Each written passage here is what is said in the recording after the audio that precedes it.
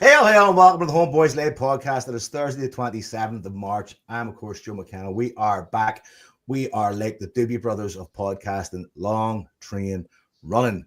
And we are back with a full squad tonight for the first time in a long time. Our esteemed guest comes all the way from the tech world. Burn your saber truck. What's happening? That's me. That's you. That's you. Caller number one. A long time listener, first time caller. Yes, I'm Marty here, folks. Just here to keep these fuckers real, as you know. Burn your saber truck. Exactly. Keep it real. Keep it real. And of course, we are joined by the esteemed man from the Royal Borough, Mr. Liam Power. Joseph, how you doing? I'm all good. And we are also joined by his local regional rival, the man that's got go-karts around the corner. We'll talk about those later on. Scott McCory. Hey, Joe, go fuck yourself. Hey, Go fuck yourself, Joe. Fuck yourself, Joe. And of course, peak of the social network mountain, Jason Higgins. What's happening? Hail, brother. How are you, dude? Are you good? So I'm glad everybody together. The gang's all here. The gang's together. It's like the fixing the Von Traps get together in the fucking hallway, isn't it? I don't know when's the last time we were on, but it's been a few weeks. I was going to think like before Hibs quarter final. Which was when? 8th of March. Fuck me, that's nearly 3 weeks. I was going to say, like, we're the only podcast that can come on 3 weeks later and go, wait, remember that game 3 weeks ago? And we'll start talking about it. You know what I mean? And cunts will actually tune in because within 3 weeks, like, it's like everybody's fucking, like, people have seen most of the recent films in fucking 3 weeks, never even watched the game. You know what I mean? But here's the thing, we don't care. So Hockey was having withdrawal symptoms. He was texting me last week, demanding to know why we weren't on. Hockey was unbathed for 3 weeks, was it? Hadn't seen a sponge in 3 weeks. The bath, House of wreck. The bath remained dry. Sitting around like Mother Superior, folks.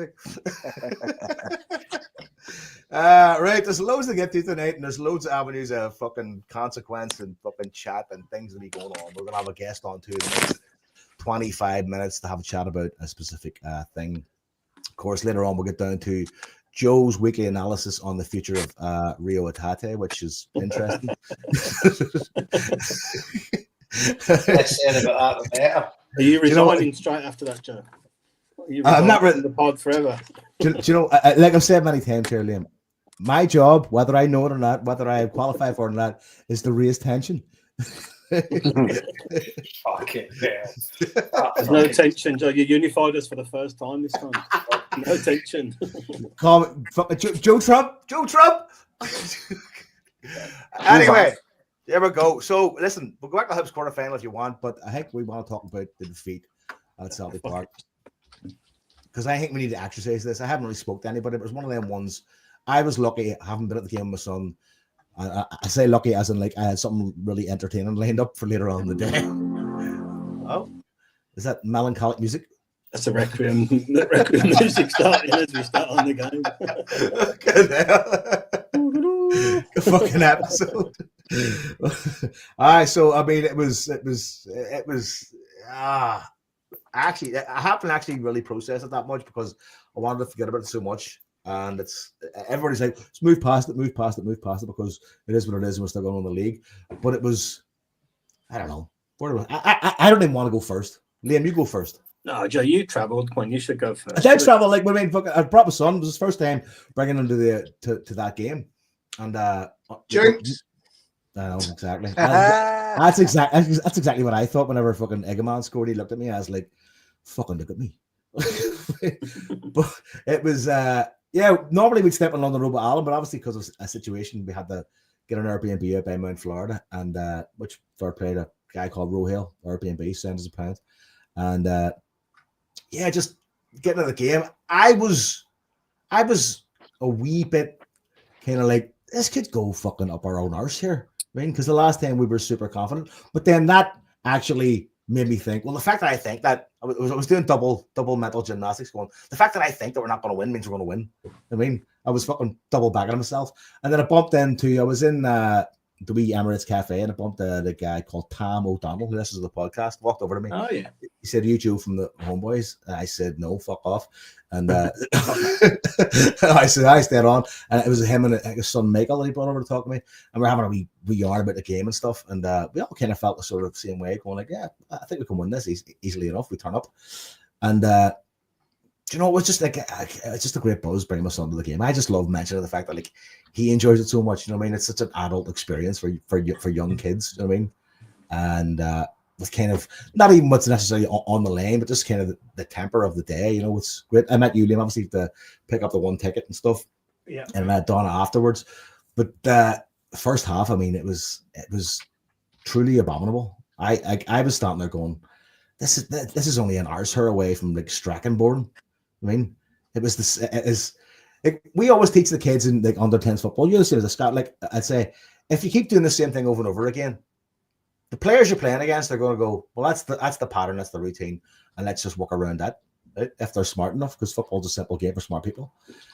And the fact that we kept on repeating the same thing over and over again with literal no results when it came to like Kuhn, and then when Jara got a hold of the ball, it looked like things maybe been heating up a bit more in terms of like chances and opportunities and getting the ball in where it was in the mix and creating danger.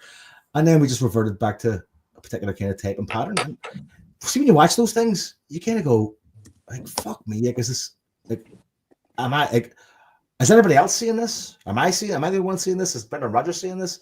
Are the players thinking to themselves, this isn't really working? Let's fucking take a chance here and make a decision.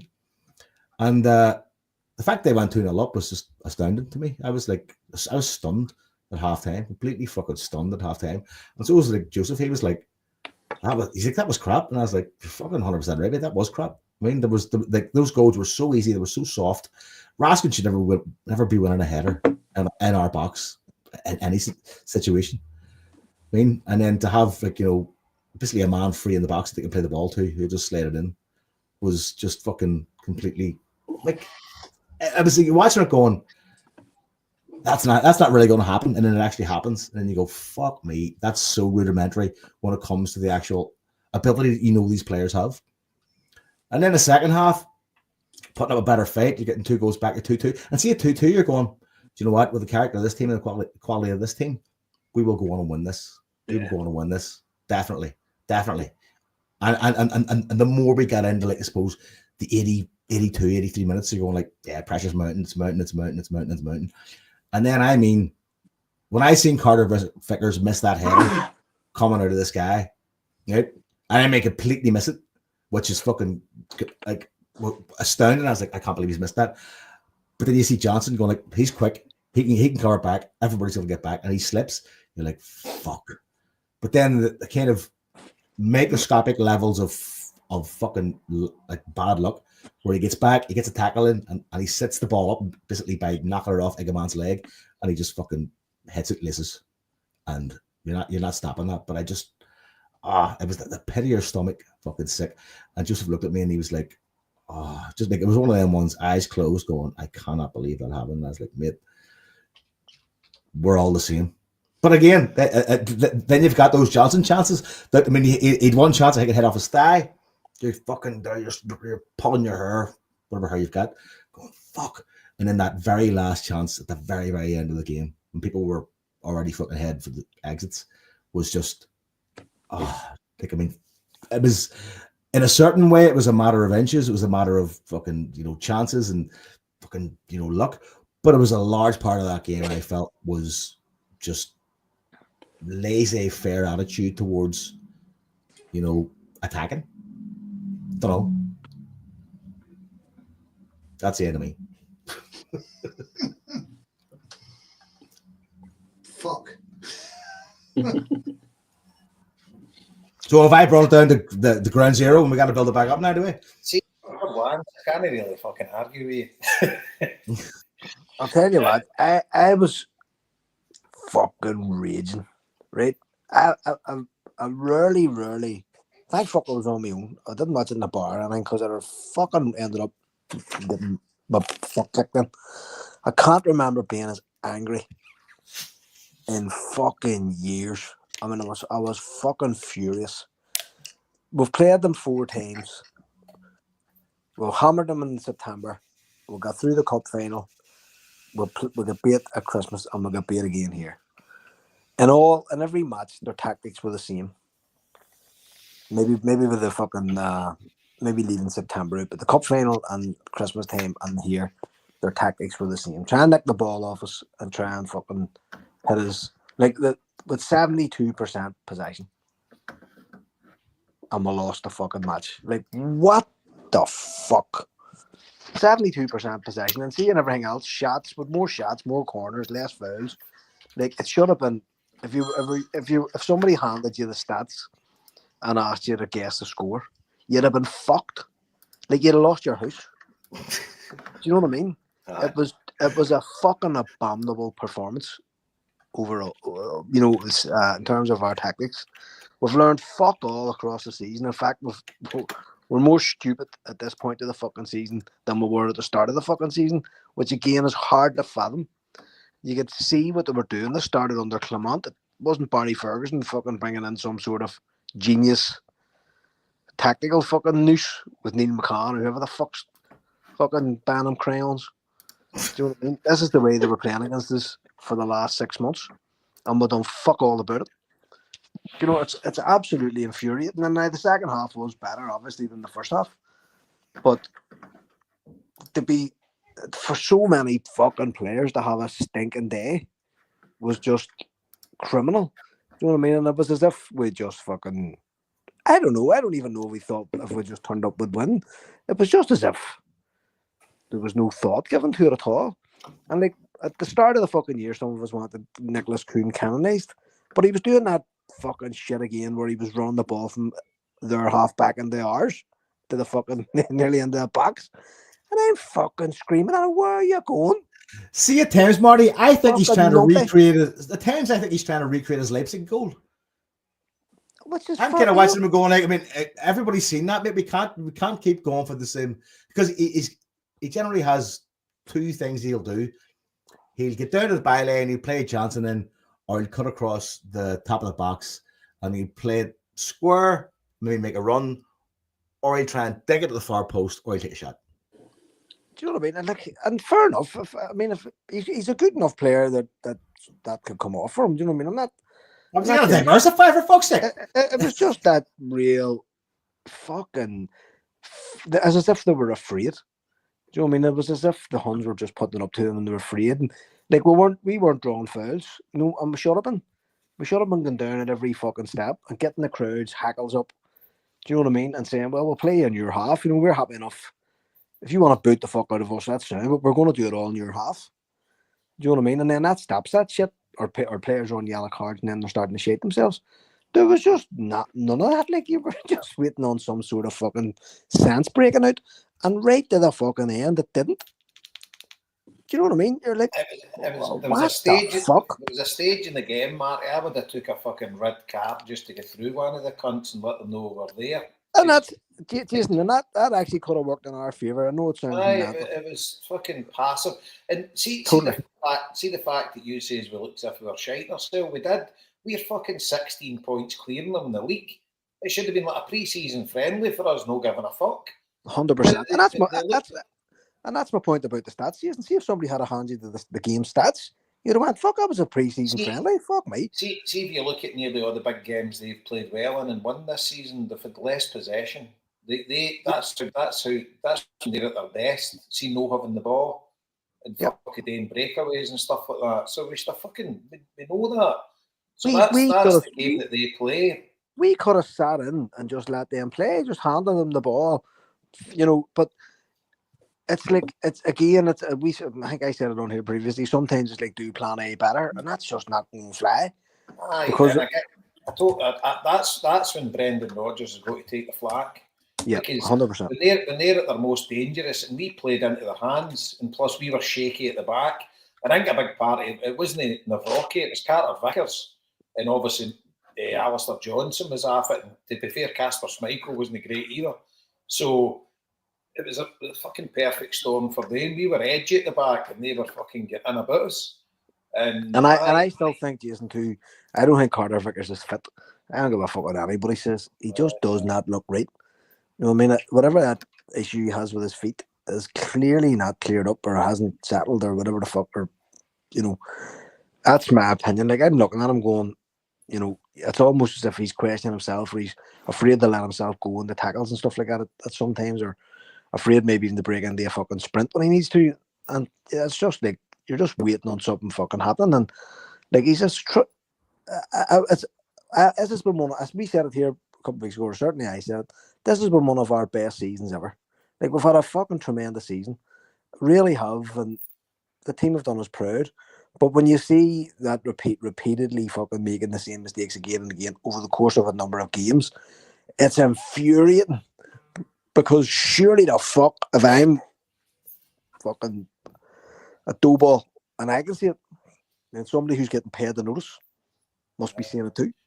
But in these games, you win or lose them with your midfield, right? And a massive loss was Callum McGregor, right? But questions have got to be asked. Engels wasn't even at the races, right? And Luke McCowan took a bit of flack, but I thought Luke McCowan wasn't bad, and he was getting stuck in and he was trying his fucking heart out.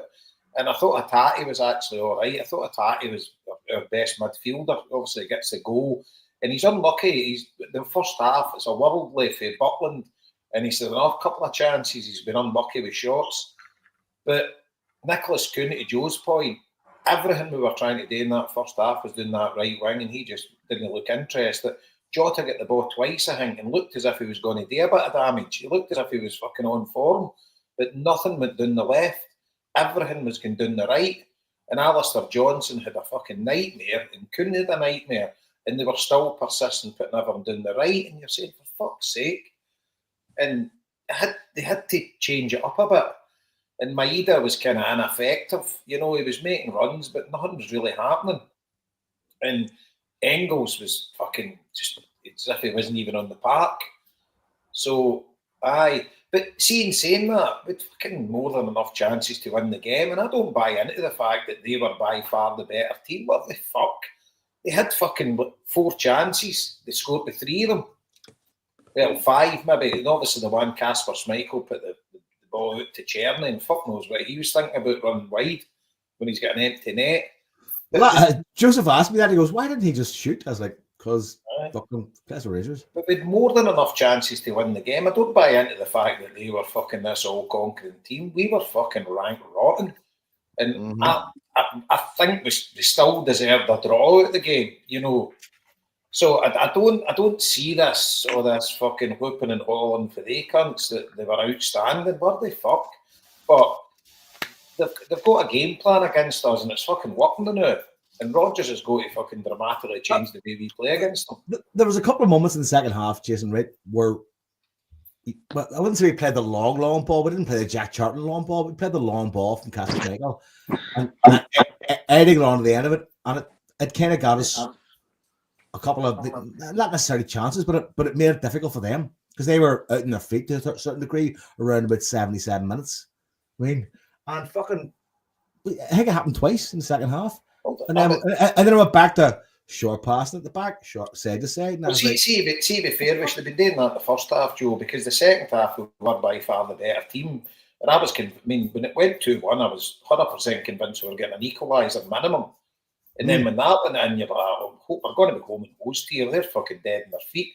And just, it was the perfect storm for them to get that goal. But to me, it's on Rodgers. I mean, we can blame McGregor not playing and it's a gloss, and that's right. But fucking hell, you've got enough players there that are good enough to beat them. I mean, fucking, could you have subbed Alistair Johnson? I mean, I would have, because he was terrible. You know, he's been outstanding for us this season, and the boy's been a class act for us. But it was just absolutely awful. And you've got to earn your place in the merit of how you're playing that day. And if you're absolutely having an absolute stinker, you know, and just fucking, and Kuhn was terrible. So what do you do there? You know, also a wanker to the kids outside after the game. Oh, Joe, you haven't fucked up about that. Fuck me. Aye. I could care less about that, to be fair, but I get your point. If a kid chases you down the road after your car, fucking pull over, you cunt. Maybe he was ashamed of himself, Joseph. You know what? Redeem yourself then. Aye, so just absolute fucking sickness. I mean, at the end of the day, fair play to them for beating us, right? And as Marty says, the last 3 games against us, they've been equal, if no. I mean, obviously the one at Ibrox, they were by far better than us. That one there, people were saying that was worse than the one at Ibrox. Was it? Fuck, the one at Ibrox was fucking well, that was brutal. But that one there, we should have got something out of the game, and just too many players know it. But getting back to the tactics, you're doing the same thing over and over and over again, and it worked for them because it plays into the way they can play, and they can get fucking a result out of it. They know having much of the ball and fucking stealing and going for it. So, aye, bastards. That's what they are, Jabo. Bastards. Absolute bastards. And it's a gutter too to be doing it. I always mention this too at the International Week. It's a fucking cunt. Oh, that was a fucking terror. I had to turn everything football for fucking 2 weeks. Fucking watching, listening to crime fucking things and fucking reading up about the colonial history of Papua New Guinea and fucking That's it. Every paper gets burnt. You know what I mean? You're like, get that away from me. But Logging into that podcast thing you should know. Fuck I meant her first. What? Fucking listen to that. Know that fucking them hardcore histories that last about 4 hours on fucking podcast. How do turbines work? That's amazing. The deepest trench in the Pacific Ocean. Fucking blow your mind. That carry on. But I swear to God, like I genuinely cannot remember when I was so fucking angry. I was raging. I was Hun Lake rage. So it was because I was just like, fucking hell, what and how you would have loved it as well, Marty, that the fucking Ox were back in the stadium. For fuck's sake. That was just fucking awful, man. We're coming up on a discussion of who was and wasn't in the stadium. Aye. Liam, Scott, you still have to be like to figure out who goes first. I'll give you a couple of minutes and get Scott on, but you've covered most of it, to be fair, and it's one of them kind of like Marty, you're fucking furious. Do you know what I mean? You're like, what the fuck's happened there? And then you try and a few days later try and take a step back and say, Scott flashed up a comment on the screen earlier where someone said, you know, we need to have a different game plan in Europe and against when we play these. And then you step back and say, well, we're on the verge of a treble. We've had our best season in Europe for a long, long time, playing that sort of way. So, like, it's probably the truth's probably in the middle somewhere, like it always is, really. So, you know, I think Rodgers is quite insistent. You know, we're just going to keep playing our way, but play it better. And, you know, I'd still say every time we play them, if we turn up and play our football our way, then we'll win more or less every single time. But, you know, at that level, you've got to earn the right to play your football and to play the way you want to play the game. And it just baffles me why a team as good as we are can perform so badly, especially on the back of being smashed about at Ibrox, you know, earlier in the season. So you thought, with nothing else to play for, potentially that would be on the line for all of them to go in there and prove a few things wrong. And I don't know if it's psychological in terms of everything's won or not everything's won, but, you know, the league's won, we're so far ahead, blah, blah, blah, whether the players just switch off. It's a lack of, you know, lack of drive and motivation, just subconsciously. You know, we can talk about McGregor, but we shouldn't be so reliant on one player, you know, and I don't think it's just a system we play. I think it's the way McGregor plays that system for us that's such a big influence on how we play. So I don't think it's just a case of putting another good footballer in there to try and do the same sort of thing. I think McGregor's got such a good brain and such experience that he just, you know, he dominates that game and he makes it tick the whole way over. But we shouldn't be so reliant on a single player, you know, not being there. Rodgers has got to take a lot of criticism not changing things up. Really, I mean, the second half, right? You know, we switched. We made one substitution, then Maeda scores from moving position. So you could argue that he's done the job there. But just I don't know, just sat on his hands for that whole first half. I'd have been doing something after 20 or 30 minutes there. We looked so bad and so passive. But you know, he probably picked the team that everybody was expecting us to see. You know, Ida's probably the only question, really, wasn't he, in terms of whether he plays or not. A few defenders out and stuff, but that shouldn't really be having such a big impact on us. Schlupp, who's looked amazing, looked completely like a player who's not played much football for 12 months. Looked pretty lost, you know, in most of the game. We did kind of caveat his excellent performances with the fact that he does wander around the pitch a little bit, which is maybe what he's asked to do, but he just looked quite lost. And it's just one of them weird games where you could tell from the first couple of minutes that it just felt like it wasn't going to go well. And everyone's obviously likely it to when we played at Ibrox and Neil Lennon kicked the ball up to Neil Lennon's team, kicked the ball straight from the kickoff into the corner flag, you know, pressed the game and ended up winning that game with that specific tactic. It just felt like that they were right on the front foot and pushing us back where we didn't want to be, and we didn't really seem to get out of it. The thing, Jason, I think you mentioned it there, but the thing that was really annoying me was in that they went 1-1. They went 1-on-1 against us. We've got better players all over the pitch against them. So when Jota's getting the ball on the few occasions he's got it, why can't he just turn around and face his player and beat him? Now, why is it got to be a break of a line or a three-way pass to get round? Why can't the player just turn around and take a player on and beat them? And as soon as you beat one, but especially when your passing game's not working like that, why not just Jota was up against Sterling, and Jota was where I was sat in that first half. He did so well to win that long ball that he took on his chest, and he kind of beat him physically and pace-wise to kind of get in and get a shot away or a cross away. But you know, Jota could stand up and beat his player every single time.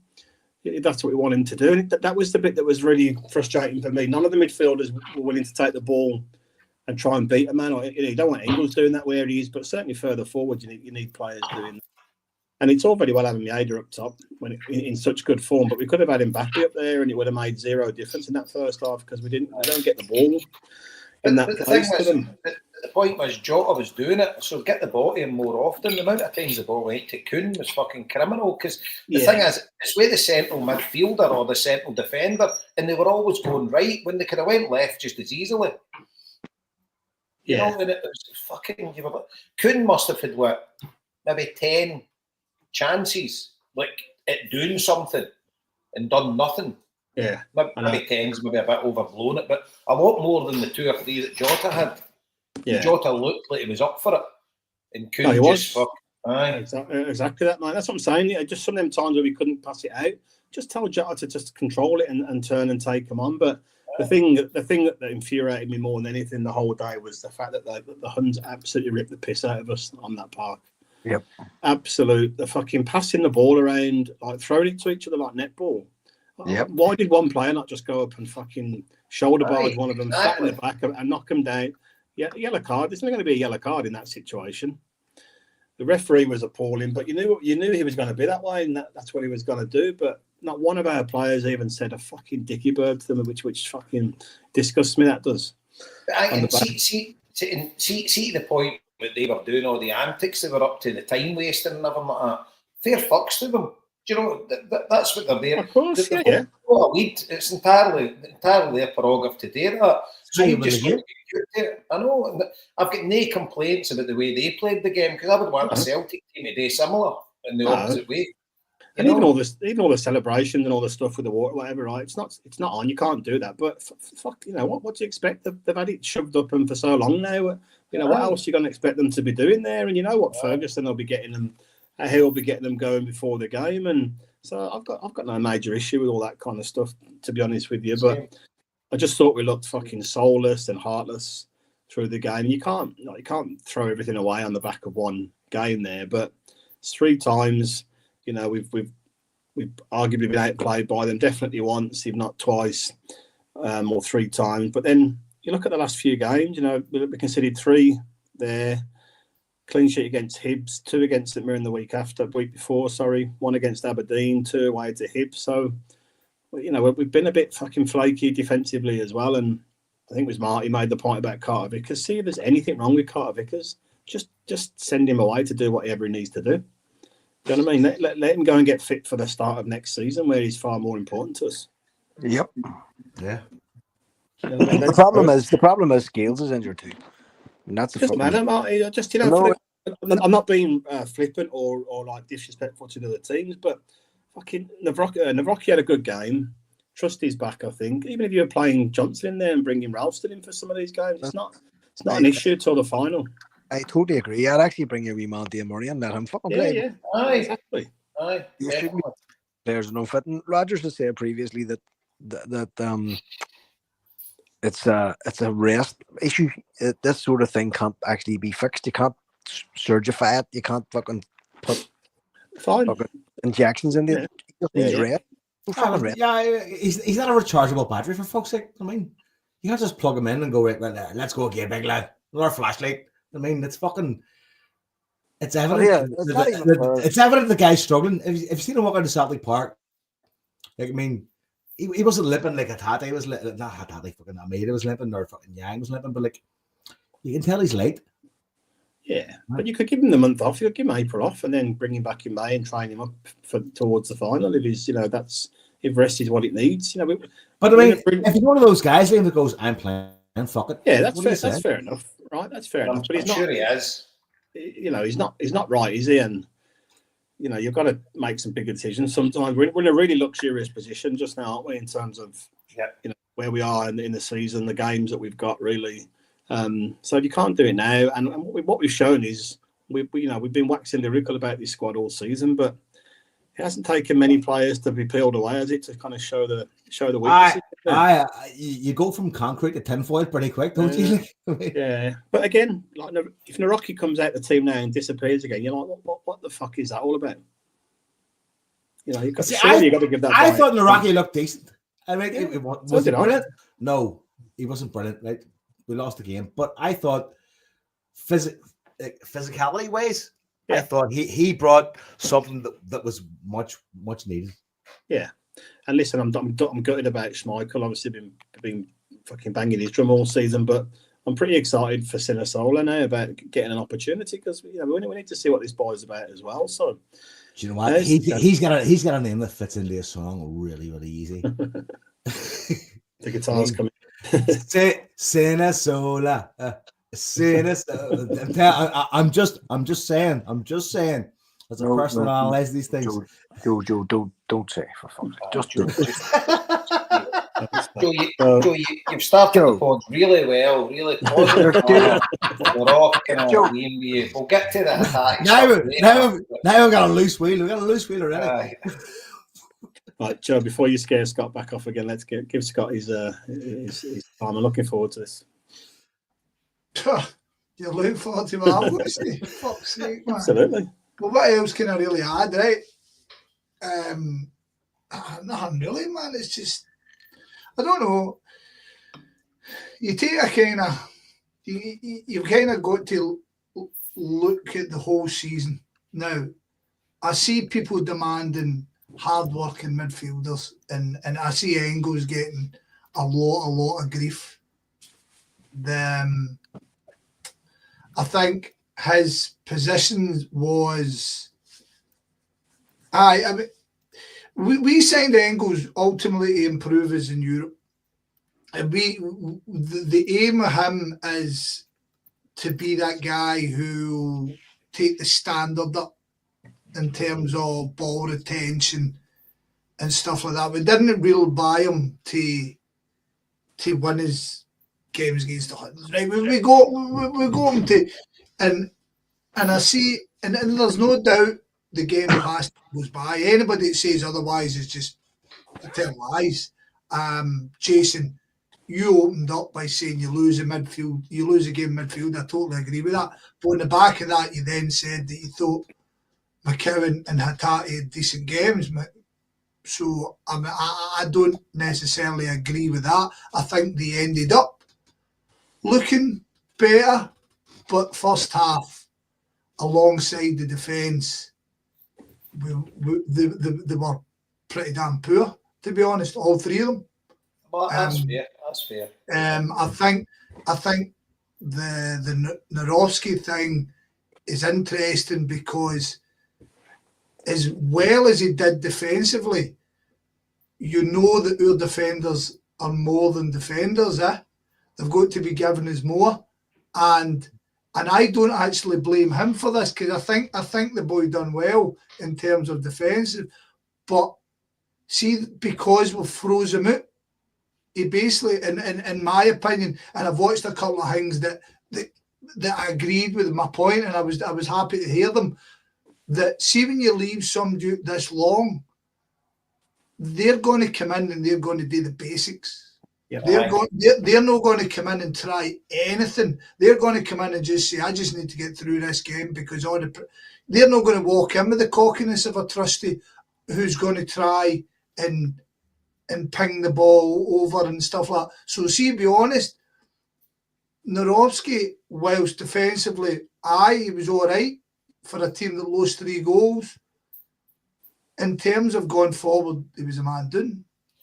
It's a very good point because guys like even Scales as well is known to ping a ball. Yeah. You know, So and he wasn't given us, right. and like I say, I don't necessarily blame him for it because I would be the same if you bring a young guy into the team. Their aim is to get through the game, unless they're like prime top. So I mean, I think we kind of get bit in the arse because of how we've treated Narovsky all season. Because let's be honest about it, aside from pace, has Narovsky ever done anything in his whole time at Celtic that went, that guy's fucking hopeless? No. I don't think he has. Right, I'm here to be proven wrong, but I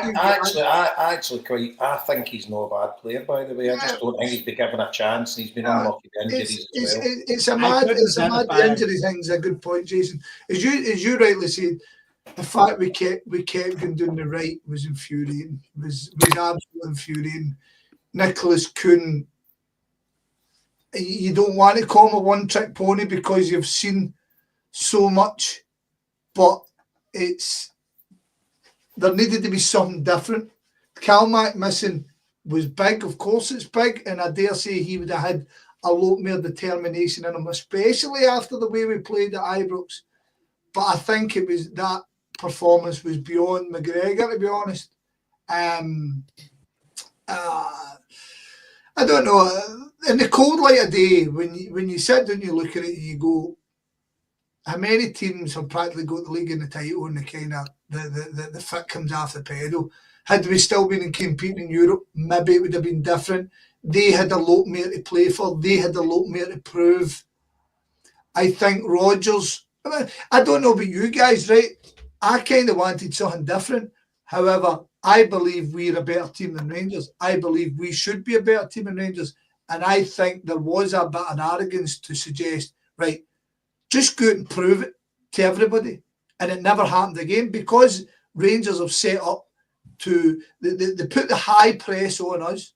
We struggled to get out and we refused point blank to go direct when you think turning the guys could do something. I mean, I don't think there's nothing bad about going direct. I really don't. But Brendan Rodgers... 100% no. Brendan Rodgers wants to do this way, and it definitely comes in the manager, Jason. And I don't think we're in the wrong for saying that because he takes the credit for when it goes right. We're all lauding him for the Bayern Munich stuff. So when we get beat out of Rangers because of the way we're set up, then really it falls on him. Yeah, do you know what I mean? Particularly in that second half when Eder's on, you should be, there's 3 centre halves. Eder should be pulling to one of them, left or right. You should be firing the ball down that channel. And if he wins that challenge, you've got Eder behind him or Jota or whoever. You've got to play there. But again, you're saying that in the second half. We're only saying that because we lost. Because the fact of the matter is we came out in the second half and we played our game and we really, really should have won that game without being good.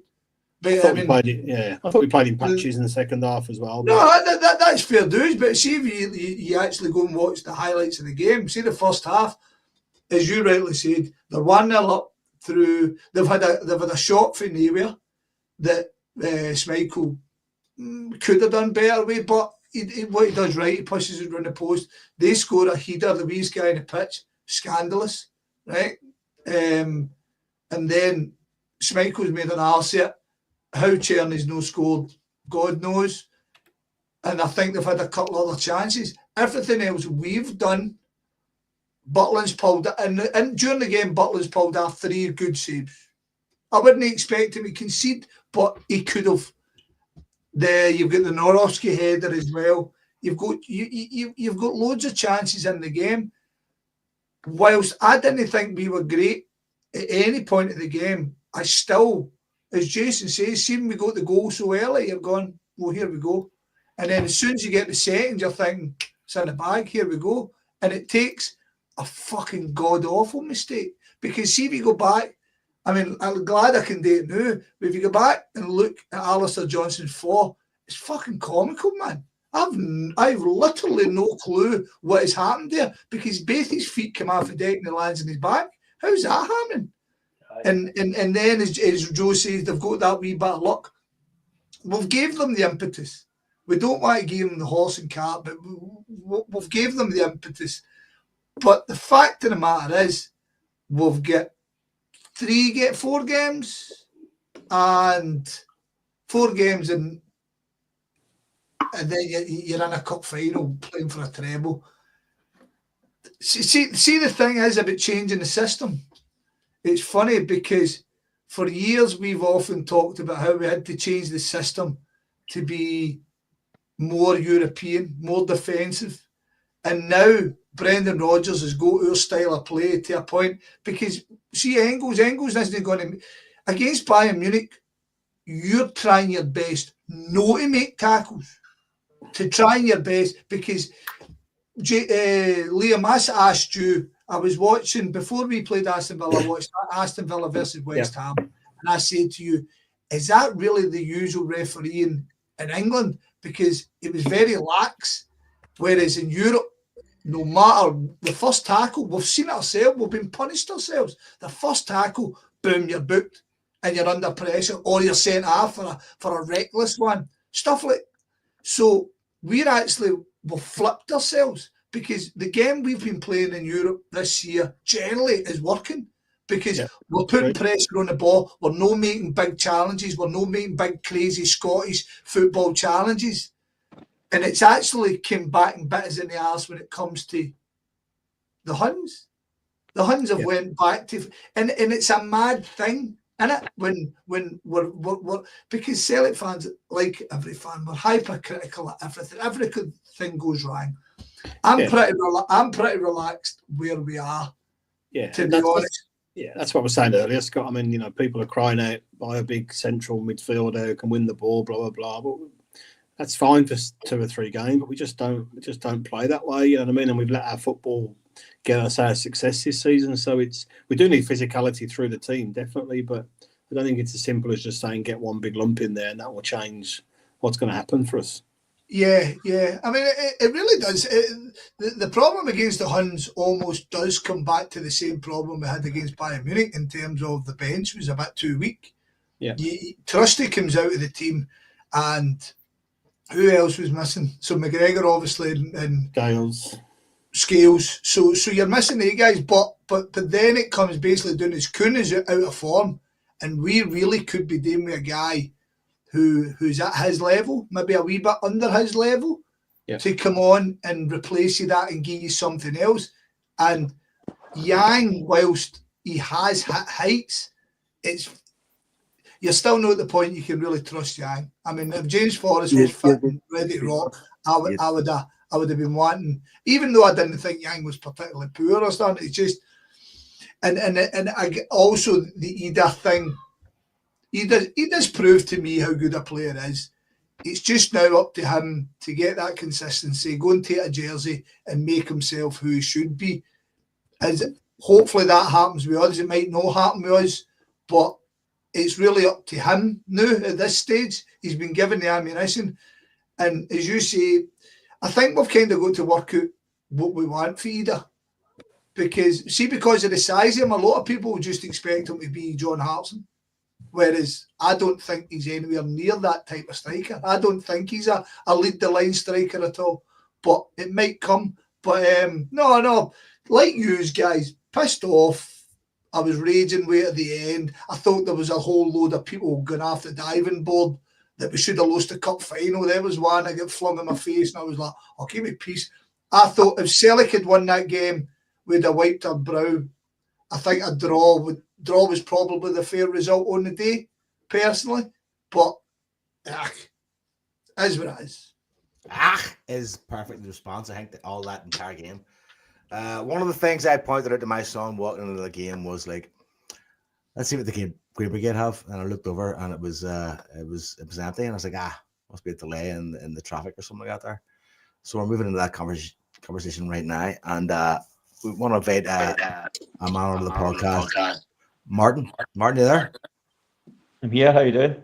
Hey, nobody good. Listen, you and Jason are going to kind of have this conversation, I suppose, because you are closely connected in terms of the subject. So, Jabo, you there? Aye. So, welcome, Martin, a good pal of mine, Martin, for the Green Brigade's come on to give a wee, because obviously it's a very important subject what we're going to discuss about now. And the reason we didn't bring Martin in the Rangers game was because he obviously didn't fucking watch it. So there was no point in bringing him in. So what we're going to do now is discuss the disgraceful treatment the Celtic fans prior to the game on London Road and the way up to the game, which I witnessed myself. And obviously there's an important demonstration before the game against Hearts on Saturday, which I'd urge everybody to attend if you're going to be in early enough. So I'll introduce Martin. I'll get Martin to give, for them that doesn't know, the Green Brigade, and I don't even know if it was all the Green Brigade or it was others that were just standing about at the time. They were kettled in the middle of London Road in the lead up to the Glasgow Derby, and London Road was at a standstill for a few hours, and they were in the middle of the road, and our bus got stopped, and I walked up by them, and it was just an absolute disgrace the way they were treated by hundreds upon hundreds of police. And obviously, if you're online and whatever, you maybe read loads of stuff about it, but people listening to this maybe don't know what happened. So we'll give a first-hand account from a good pal, Martin. If you want to just give a wee rundown of kind of what happened, mate. Well, thanks for the intro and for having us. Unfortunately, just to correct you in one point, unfortunately, I did see most of the game live on a shitey stream, which was just a fella putting the boys to a fucking shite day. So we were aware as to what was going on in the game and all that, albeit we were behind in that. But we'd arranged to meet, as we very regularly do, at the social club in London Road. I'd arrived, I think, the back of 10. Our plan was to sort of meet there and distribute tickets and all that sort of stuff that you do, and leave about 11:15. So we got there, I think I got there back at 10, and I noticed right away, I was like, fucking hell, like, Polish here's crazy. I mean, when I say crazy, I mean, I think somebody counted 23 Polish vans lined along London Road outside the social club. My initial instinct, and I think most people's initial instinct, was this was like a sort of show of strength. They'd also been in the news in the run up to it regarding the Section 60 stuff and all that sort of stuff. So we were a bit taken aback, but we weren't thinking this was going to kick off or anything like that. Like I said, we were meeting at a place which is probably the least controversial or least likely place to cause any trouble whatsoever. We're like, 5-10 minutes walk for the stadium. We're behind it in our own end. It's where everybody expects us to be. So it was all pretty peaceful on our part. So we'd kind of gathered about, and there was just a feeling that they were wanting something to kick off. And then we'd heard through the guy that runs the social club, who came up to me at the fair to him, and he heard through one of the coppers. He's like, look, they're choking to kick off here, blah blah blah. And again, our assumption was, right, thanks for the heads up, we need to be wary, but we're not intending on causing any bother here. There was no pyro or anything like that, so we're only letting it off. So there's nothing going on. Our intention was to walk to the game quietly, get into the game, and do our thing. So we weren't overly concerned as much as we passed that message on. We all gathered onto London Road, I think about 20 to 11, quarter to 11, with the idea being at the stadium for about 11 o'clock. And we made a point that one of the boys with the big voices to shout to everybody, look, because bear in mind, it wasn't just all Green Brigade people, there was other people there just wanted to walk with us and all that. But one of the boys shouted, look, we can see the presence that's here, they're choking to kick off. So everybody toe the line, everybody keep your wits about you, don't give them a reason to kick off. So the message was loud and clear for us that we didn't want any sort of bother with them at all.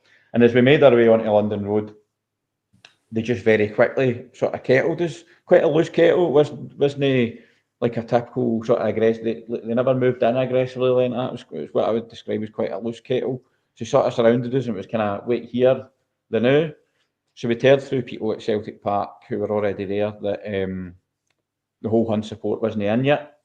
There was delays in getting them in. So we had just assumed that, and actually I think one of the coppers said, we're waiting on the full Rangers away end to get in and then you can go on your way. Right. It's really a bit of a pain in the arse, but right, fine. So we sort of stood there 15 minutes, 20 minutes, half an hour, 45 minutes. Nothing, and I've got to say, everybody who was surrounded was absolutely brilliant. There was hardly a peep, they're dead calm, there was nobody rising to this sort of attack, nothing like that. And eventually, must have been about 11:30, 11:45, a guy announced, he's like, look, he's all detained under Section 60, we've got reason to believe he's I think somebody says he's carrying weapons or carrying pyrotechnics. Anybody who wants to go to the game can leave the kettle one by one. I think it was about 100 or so people here at this time. Anybody who wants to go to the game can leave the kettle one by one, but you will be subject to a full body search and you'll have your details taken in front of a camera and then you can go to the game. So we had a very quick sort of chat between us, like, look, this is fucking ridiculous. Nobody's done it here. There's been absolutely zero sign of trouble. If we succumb to this without any sort of blowback, fucking mugs, to be honest. Yep. So we stood, and they were like, look, nobody's got the game until he's get this search and you give all your details. And we were like, well, we'll not go to the game. That was it. And there was just a bit of a standoff. They weren't letting us go. One or two people who were nothing to do with us left, and sure enough, they were fucking manhandled, a copper at each side, taken up to a camera, had to give all their details, and then they were on their way. But the rest sort of stood and decided we weren't agreeing to this because it was a fucking attacking civil liberties. We actually thought ourselves, is this even legal? And it transpired it wasn't. But in the moment we weren't really sure. Obviously tensions were high and all that sort of stuff. Yep. So the minutes ticked on, hours ticked on, got to about, I think must have been about 15 minutes of the game, so maybe that was about 2:15 at this point. Just to ask you, Martin, right? Because obviously I walked past you, right? And you were in the middle of the road. Did they keep you in the middle of the road, or did they move you off the road? No, so we've went to go onto the pavement, and because of the numbers, and when we've stopped, the numbers behind have built up, and we've ended up on the road kind of thing. I think that's how it's worked. So we've ended up on the road. So they never moved us there, and they never went to move us off. They seemed happy with us being there, which I was surprised about because obviously there's going to be a build up of traffic. Yep. Which in my head I was like, well, they're going to have to let us go because they can't have this traffic building up. But they weren't giving a fuck. They honestly were not giving a fuck. Because all the supporters buses, we take it off basically no long onto London Road and hike it right up to the game because they weren't caring. It wasn't a concern to them at all. So see before you go into the thing, so were you kept in the middle of the road for the full duration of the time? Full time. I hadn't moved. I was in the same area that is what I got about 10:30 until I finally left the kettle about fucking nearly 3 o'clock. I hadn't moved. Right. So sorry, mate. Carry on with the rest then, sorry. So I got to, it must have got to about 2 o'clock, 2:15. I think it was about 20 minutes of the game. I don't know. My memory's a bit hazy yet. But eventually, John Paul Taylor, to his credit, was there pretty much for the game started to the end. And he had relayed a message for the coppers saying, they're going to wade in here. So if you don't comply, I leave the kettle, give all your details, go to that camera, they're going to start arresting people. So again, we were like, what the fuck? Bear in mind, a lot of our members there had wains with them. Some wains were 10, 11, 12, 13-year-old. So we'd a very quick, can they do that? With a very, very quick decision to make, because if we didn't comply at that point, the threats were, and you could see them moving in. They were there in their fucking hundreds by this point. You could see them moving in. You could see their body, like everything was changing. They were getting more aggressive, and we felt they were ready to move in. So we had a very quick decision to make between us. We're like, well, do we continue to stand our ground and they just fucking lift us in front of Wayne's and lift us in front of your Wayne's and all the rest of it? Or do we fucking reluctantly comply?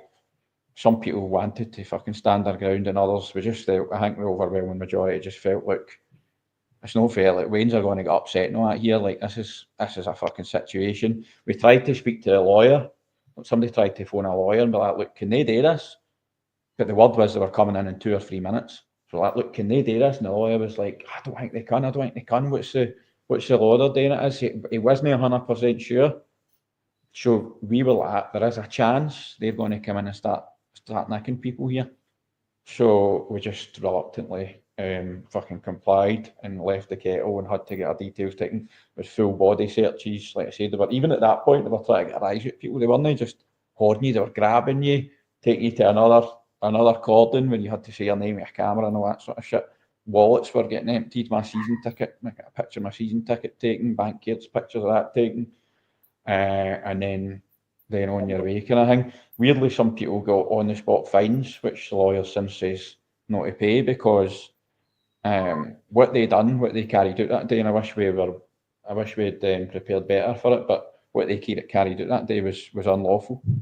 We didn't have to stand in front of a camera, we didn't have to give details. So I dare say we'll look into that more and maybe take further action on that. But we weren't as prepared as what we should have been. But I think now, given that that's happened, everybody, not just us, not just the boys, not just ultras groups, everybody should know their rights. And I think that's something that we'll need to try and drive and sort of hit home to other people, because anybody could get caught up in that. It wasn't just ultras caught up in that. Like I said, that was ordinary Tims were walking to the game. Exactly. They were wanting to search Wayne's. One of the boys had his wee lassie, I think she was 13-year-old, and they weren't letting her out without searching her. It's fucking abhorrent, man. Unbelievable. In this day and age, the thing is, they've came there with the sole intention of doing that.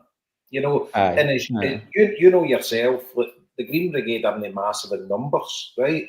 And the amount of people, when you have a curtail and that to the game, probably 10%, 20% of that curtail is the Green Brigade. The rest are just normal selling supporters that like a bit of atmosphere.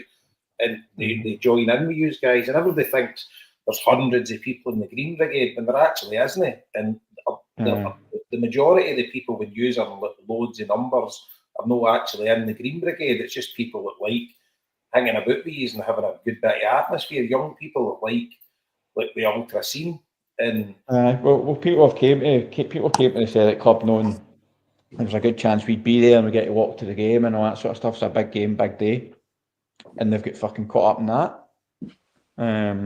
Again, I feel for them. I feel for everyone. I feel for our own boys and lassies and all, but I feel even more for the people who were completely innocent and nothing to do with us, and the people who were stuck in traffic and all the rest of it and who couldn't get to the game. Like, it was a fucking brutal situation, and I have to say, listen, the Green Brigade's no angels, and there has been days where maybe overstepped the line, but fuck me, that was honestly the quietest, most peaceful act I've ever been.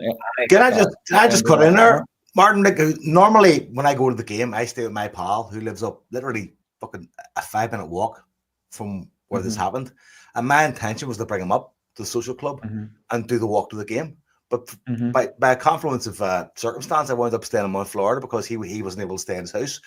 And I was in the middle of that with my wee lad. His first game, and he's 9. And I was like, fucking listen to you tell me this story, because all we have, I suppose, at this minute, I mean, before this, I suppose, is just reports from like the internet and stuff, things you hear. And I'm quite terrified by what kids went through and you went through, to be honest with you, mate. It was honestly unreal. So if you had went that day, mate, they would have, if you wanted to go to the game, which you say the kid was 9, I don't know what the age cut off. They were to search a 13-year-old anyway, put it that way, and her dad was like, "Fuck off! Like you're no searching her."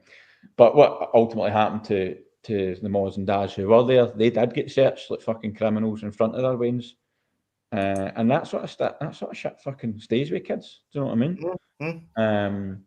So it was just awful. They were awful from start to finish. Like even there was a fucking good Samaritan came with a slab of juice for us for Wayne's and for all of us, and went to pass it in, and they fucking took it off them because they said we'd be likely to use it as weapons. Do you know what I mean? So we couldn't even get a juice off them.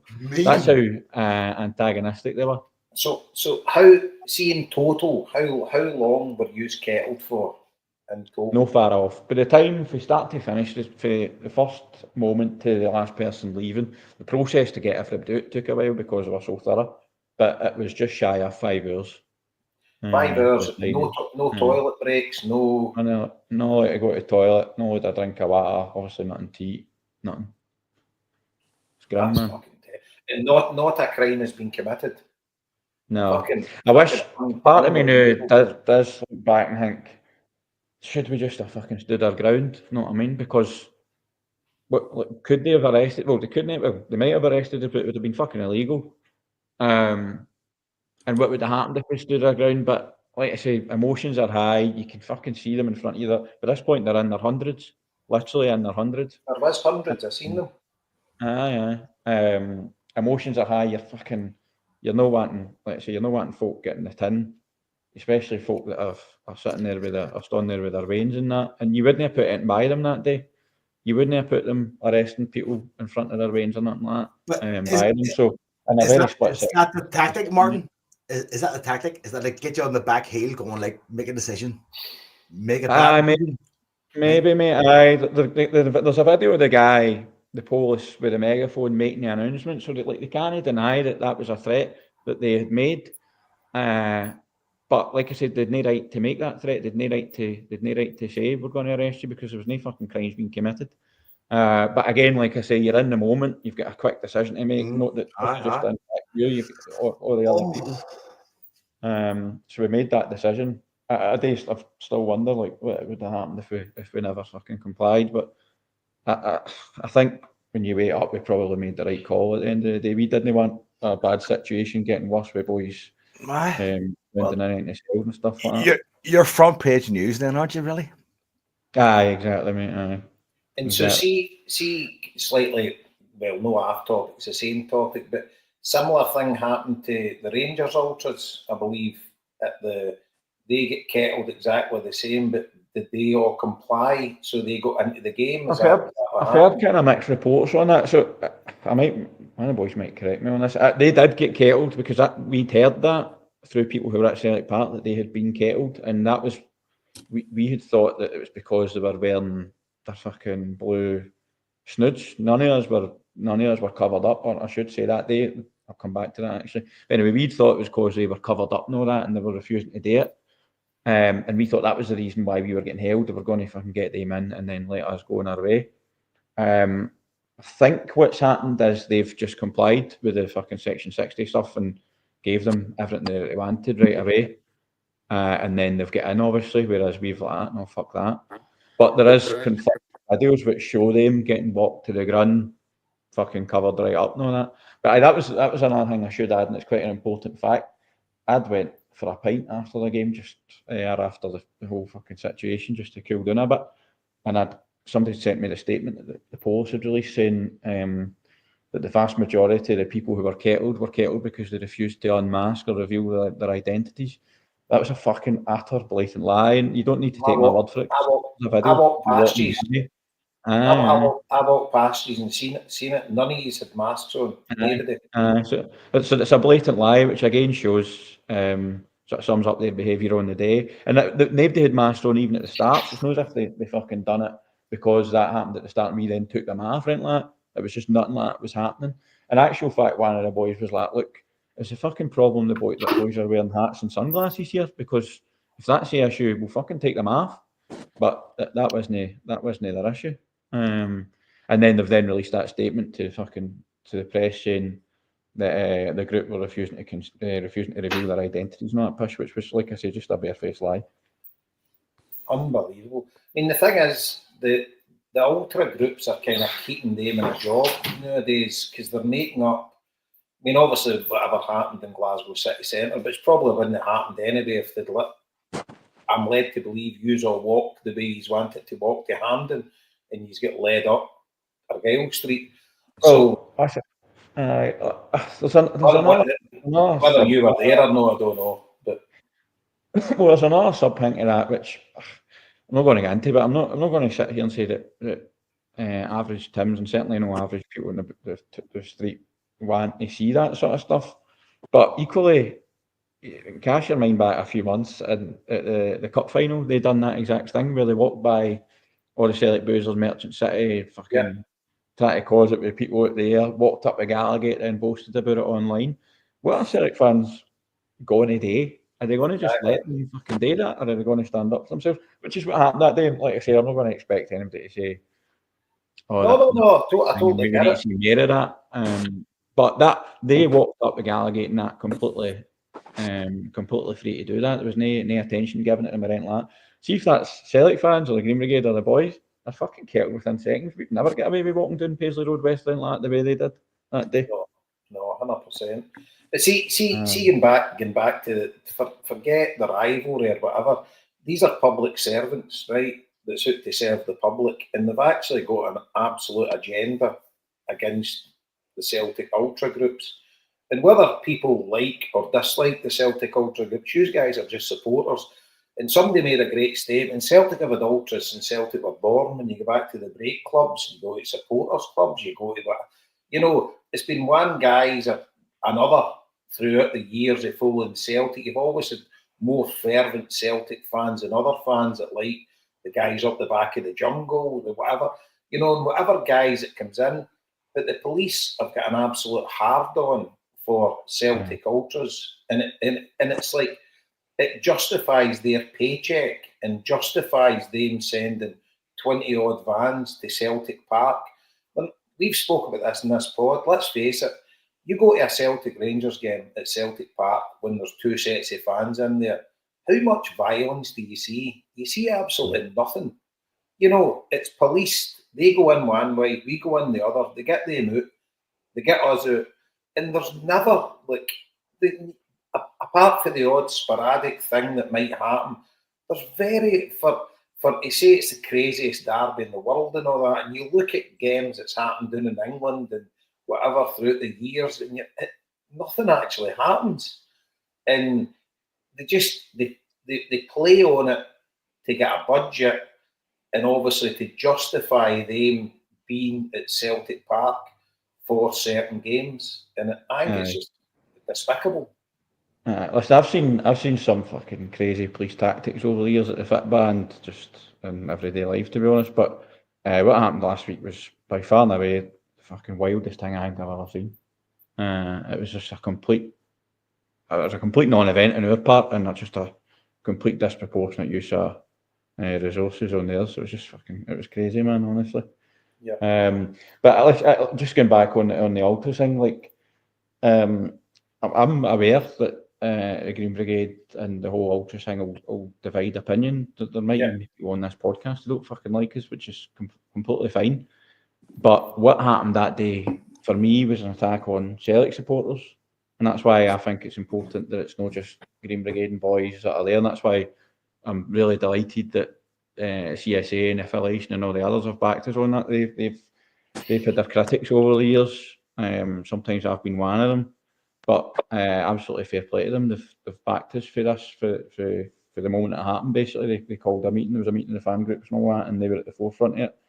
So I think that lends a lot of credibility to the protest on Saturday as well. So fair play to all the other groups for joining us on it. Well, I was going to mention that. So again, for everybody that doesn't know, is it 1:15 on Saturday? 1:15, aye. Mm-hmm. Aye. So 1:15 on Saturday at London Road Police Station, there's a protest about the way the police have been acting towards Celtic supporters, and it was great to see, Martin, when you sent us the link, that everybody, all the main supporters groups, the Irish Affiliation, the Celtic Supporters Association, the Celtic Supporters Affiliation, the boys, the Green Brigade, and was there one other? North American. North American, CSC. So everybody's lending their support to this, which is, I think it's really important, because you say sometimes it does divide opinion, and I get that.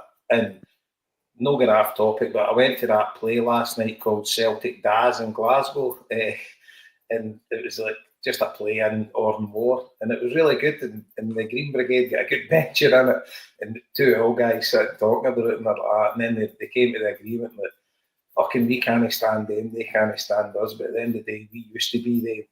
And it's like fucking, we're all cunts and they're young cunts, and it's like, and it's, do you know, and it was quite good. Obviously, topical at this time, but it got a good cheer for the crowd and that. And I think everybody can realise, you know, and like it's the passage of time, and younger people want to have a more exuberant experience watching the game and whatever. And let's face it, the things you get pulled up on that's abhorrent to the normal Joe public, fucking no, really. Do you know what I mean? I mean, come on.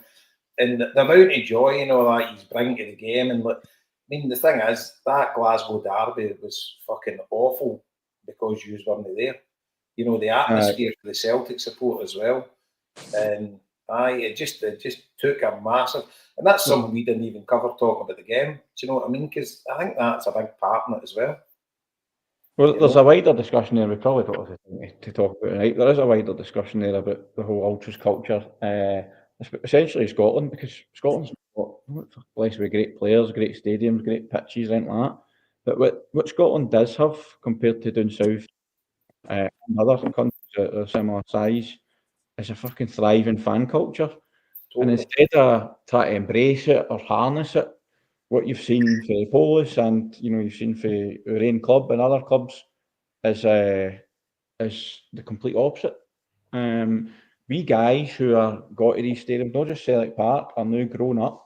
I never grew up with a Green Brigade or anything like that, but we guys who have got to games now are grown up with Green Brigade and boys as part of their match day experience. They know that. As got to Celtic Park every 2 weeks, there'll be an ultras section, there'll be a sort of vocal, colourful support for the team, and they will want to get involved. So it's not going to go away. So the quicker the club and the Polis and whatever get on board and try and harness that, the better. 100%. I go to all the away games, and me and my mate, and my daughter's older now, right? But Mick takes his two kids, and whatever away stadium we're in, they need to get in the same section as yous, and they all come down and go there, and the goose boy as well. And it's like the kids all want involved in that because it's amazing for them. You know, it's like, it's so good, and it's something that has to be embraced rather than fucking demonised. You know, and it's But I mean, our own club are still slow off the mark of Fenton. They're worse in terms of how they are with us than what they were years before. It's going the other direction, which is fucking mind-boggling, really. But again, we know why. And that's one of the key things that I was going to say to you, Martin. So since that's happened on Saturday, what communication have you had from Celtic on anything to do with what happened?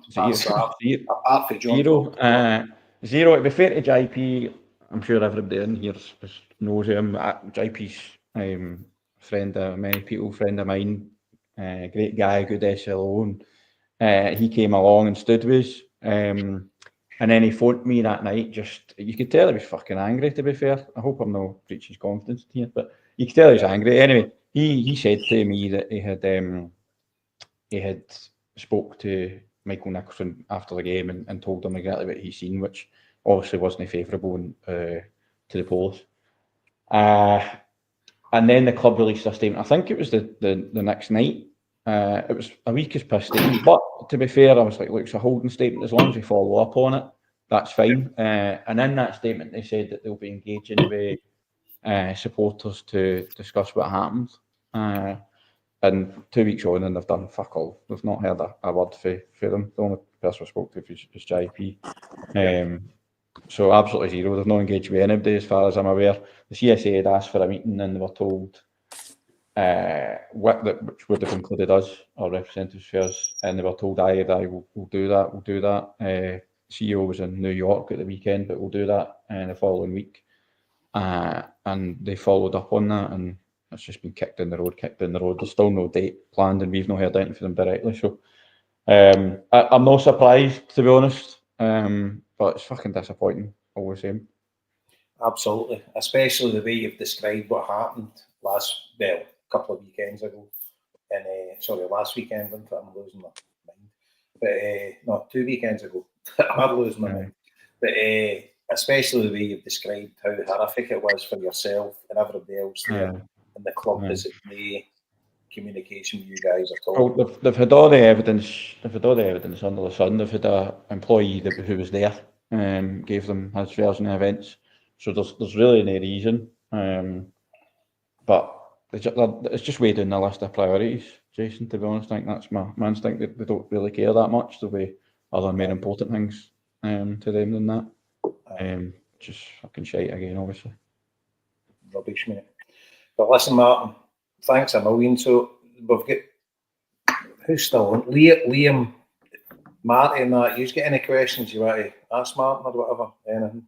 No, I just want to express my everlasting fucking derision for Police Scotland, and I'm not one bit surprised at their behaviour, not one bit surprised at their actions.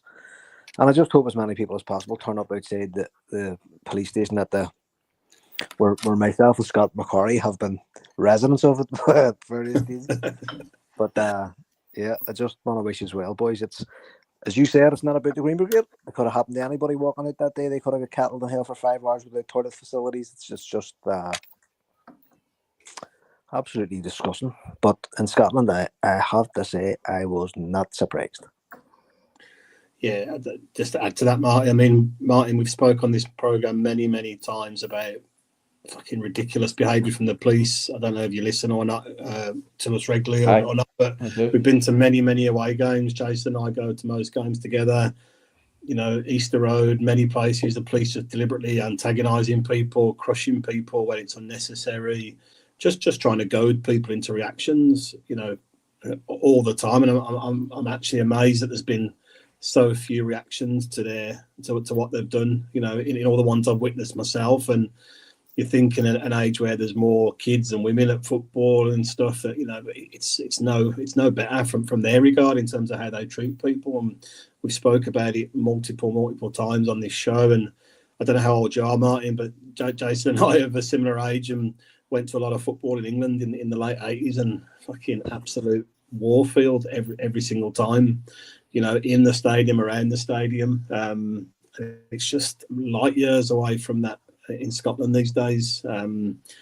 So we've seen this firsthand. We were there, the Offensive Behaviour at Football Act, you know, all those years ago, demonstrating and standing together with everybody. And, you know, we'll just need to do the same again. And we'll be there Saturday to give everybody the full support. And like you said, it's a much wider issue than just the Ultras just now. So I hope there's a big support there on Saturday. And I'm really interested.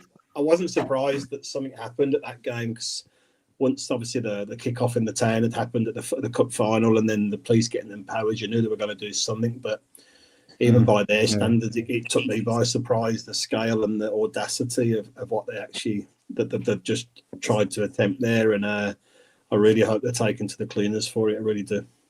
Thank you. Listen, I know you want to crack on and talk about the game and that at the weekend. There's just one final thing that you'd mentioned about the Offensive Behaviour Act. That was repealed, not exclusively, but largely because of Celtic fans. I think everybody knows that. That was a long battle for many years, and it's credit to people who were absolutely at the forefront of that. Hopefully, this won't be a battle like that, but if we let it slide and this Section 60 push does take off, then that will just be the norm for football fans for years to come. So that's why Saturday's important, that it gets fucking nipped in the bud, and a message is sent that Celtic fans are not going to be fucked with. We'll stand up for ourselves as we have done many, many times in the past. We'll do it again, and that's why I appeal to as many people as possible to come on Saturday and show your support. See to that point, Martin, right? And I attended the rallies in George Square, etc. Right, and you had Motherwell fans were there, not in big numbers, but they did come. You had the odd Hibs fan, and I do believe that the Hibs Ultras send you a message or some. But I'm interested to know, is any other team contacted you, their ultra groups or fans or whatever, that they're willing to protest against this, or is this just going to be a Celtic-led thing again and nobody else will bother? I think it's a different environment now to where it was 10 years ago. All these wee teams and other teams have got their own wee groups forming, as we touched on earlier about this culture, and a lot of them are full of switched on boys and lassies who these clubs never had these wee groups 10, 12 years ago. So I think that you will start to see a more united movement within the next few weeks or months or whatever it may be. Like I say, I think that the landscape's changed a wee bit now, and it's not just Celtic isn't the only club with a prominent ultras group. You've got groups popping up all over the place. So we've already saw some clubs have came out and released their own stuff, and that's great to see, obviously. So we'll just sort of see what happens on that front. And the big question, would the other mob ever get involved in backing it, or is it because they deem it as a Celtic-led thing that they'll fucking have nothing to do with it? Because that's a really important thing. That see if they want to get involved as well, but I don't know. I couldn't speak for my group on that, to be honest. I've got my own feelings on that, and I dare say you'll have some who'll be like, well, a united front would be a really strong message to authorities, and then you'd have others who understandably go, fuck them, they're full of fucking racists. Well, no, exactly. where I would have a problem with it would be, I know they wouldn't push the campaign as far as we would. No, but they could have their own campaign. I don't mean a campaign. But that's entirely up to them. But if you were having a joint campaign with them, you knew you couldn't trust them, because we'll be pushing for plan A and then go for plan B.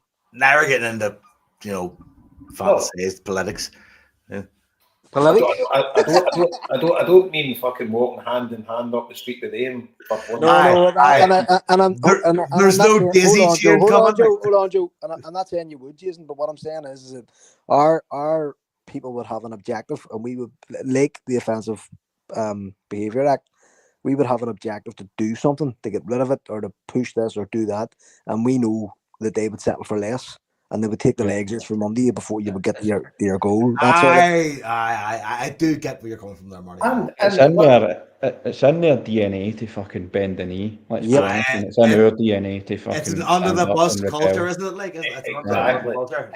And let's face it, the Offensive Behaviour Football Act getting repealed helped them every bit as much as it helped us. But they would never give you credit for that, because they would never have pursued it. It's like the hunger strikes. They benefited from the hunger strikers in the prisons. They got the same treatment that the hunger strikers fought for, but they wouldn't have fucking starved themselves for more than half a day. Never mention it. Martin, mate, I can't thank you enough for coming on here. I feel like me and my son quite literally had a sliding doors moment. Sounds like it. I swear to God. Although maybe they'd have done you a fucking favour, to be fair.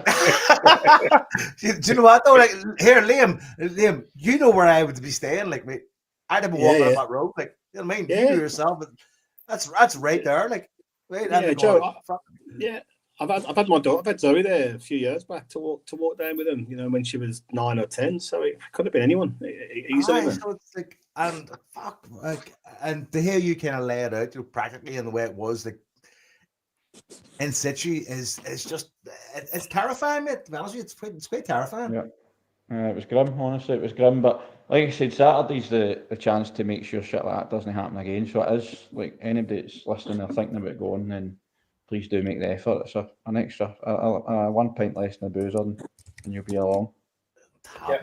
100%, Martin, and we'll all be there anyway. So. Appreciate that, buddy. Right, magic. I appreciate that, right? Listen, hail, comrade. Take care of yourself. Take it easy, man. Cheers. Cheers for that. See you later, right? Yeesh. That was a fucking... that's a lot to take in. It's not surprising at all.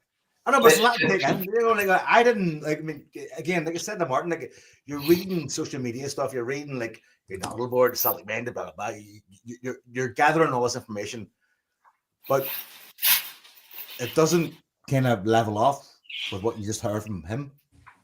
I mean, it doesn't, like, because what he just told us was fucking quite distressing. I mean, 100%. Yeah, I listened to that. Jeanette was on with Graham Spears last just a few days after it, and I had to listen to that. That was good. Jeanette was obviously as brilliant as ever, but there was a boy, Liam O'Hare, Hara O'Hare, filmmaker. He spoke really well as well. But they gave pretty much the same account of what Martin described there. So it's fucking appalling. It's fucking disgraceful. And see, the thing is that people hold the police up on this fucking pedestal that these guys and women are public servants. And I told you about the time when I was meeting Harper before the Young Boys. What was it? What was the European game? I'm saying Young Boys. What was it Young Boys? It was the last one, wasn't it, Young Boys? Aye, it was Young Boys. Aye. The European game there, and the way me and Ellie were treated to try and walk round to the main stand, and all these fucking... It was fucking disgusting, and fucking charging up the street days with horses and everything. And you're like, fucking, if there was not one policeman in attendance at that game, there wouldn't have been one fight. You know, everybody would just filtered into the game, had a good time, walked away, and the Young Boys fans would have swapped scarves with Celtic fans walking up the road. Nothing would have happened. It's fucking, it's bordering on criminality with what they're actually doing. You know, and they've got a mandate now because they've got a young fan base that they want to target, that's only want to bring fucking colour and whatever to Celtic Park. And they do step over the line with certain laws of the land that aren't allowed, but a lot of them are fucking bullshit. And let's face it, are they a danger to the public? You know, is the vast majority of football fans a danger to the public? Not at all. It's a nonsense. It's an absolute fucking nonsense. But you see it all the time, and it's just very, very sad. So I hope a load of Celtic fans heed the message that Martin gave out, and we all turn up there at 1:15 on Saturday. And yeah, it's almost like this unsanctioned gathering. What's this unsanctioned gathering? Fuck this. Bring it up.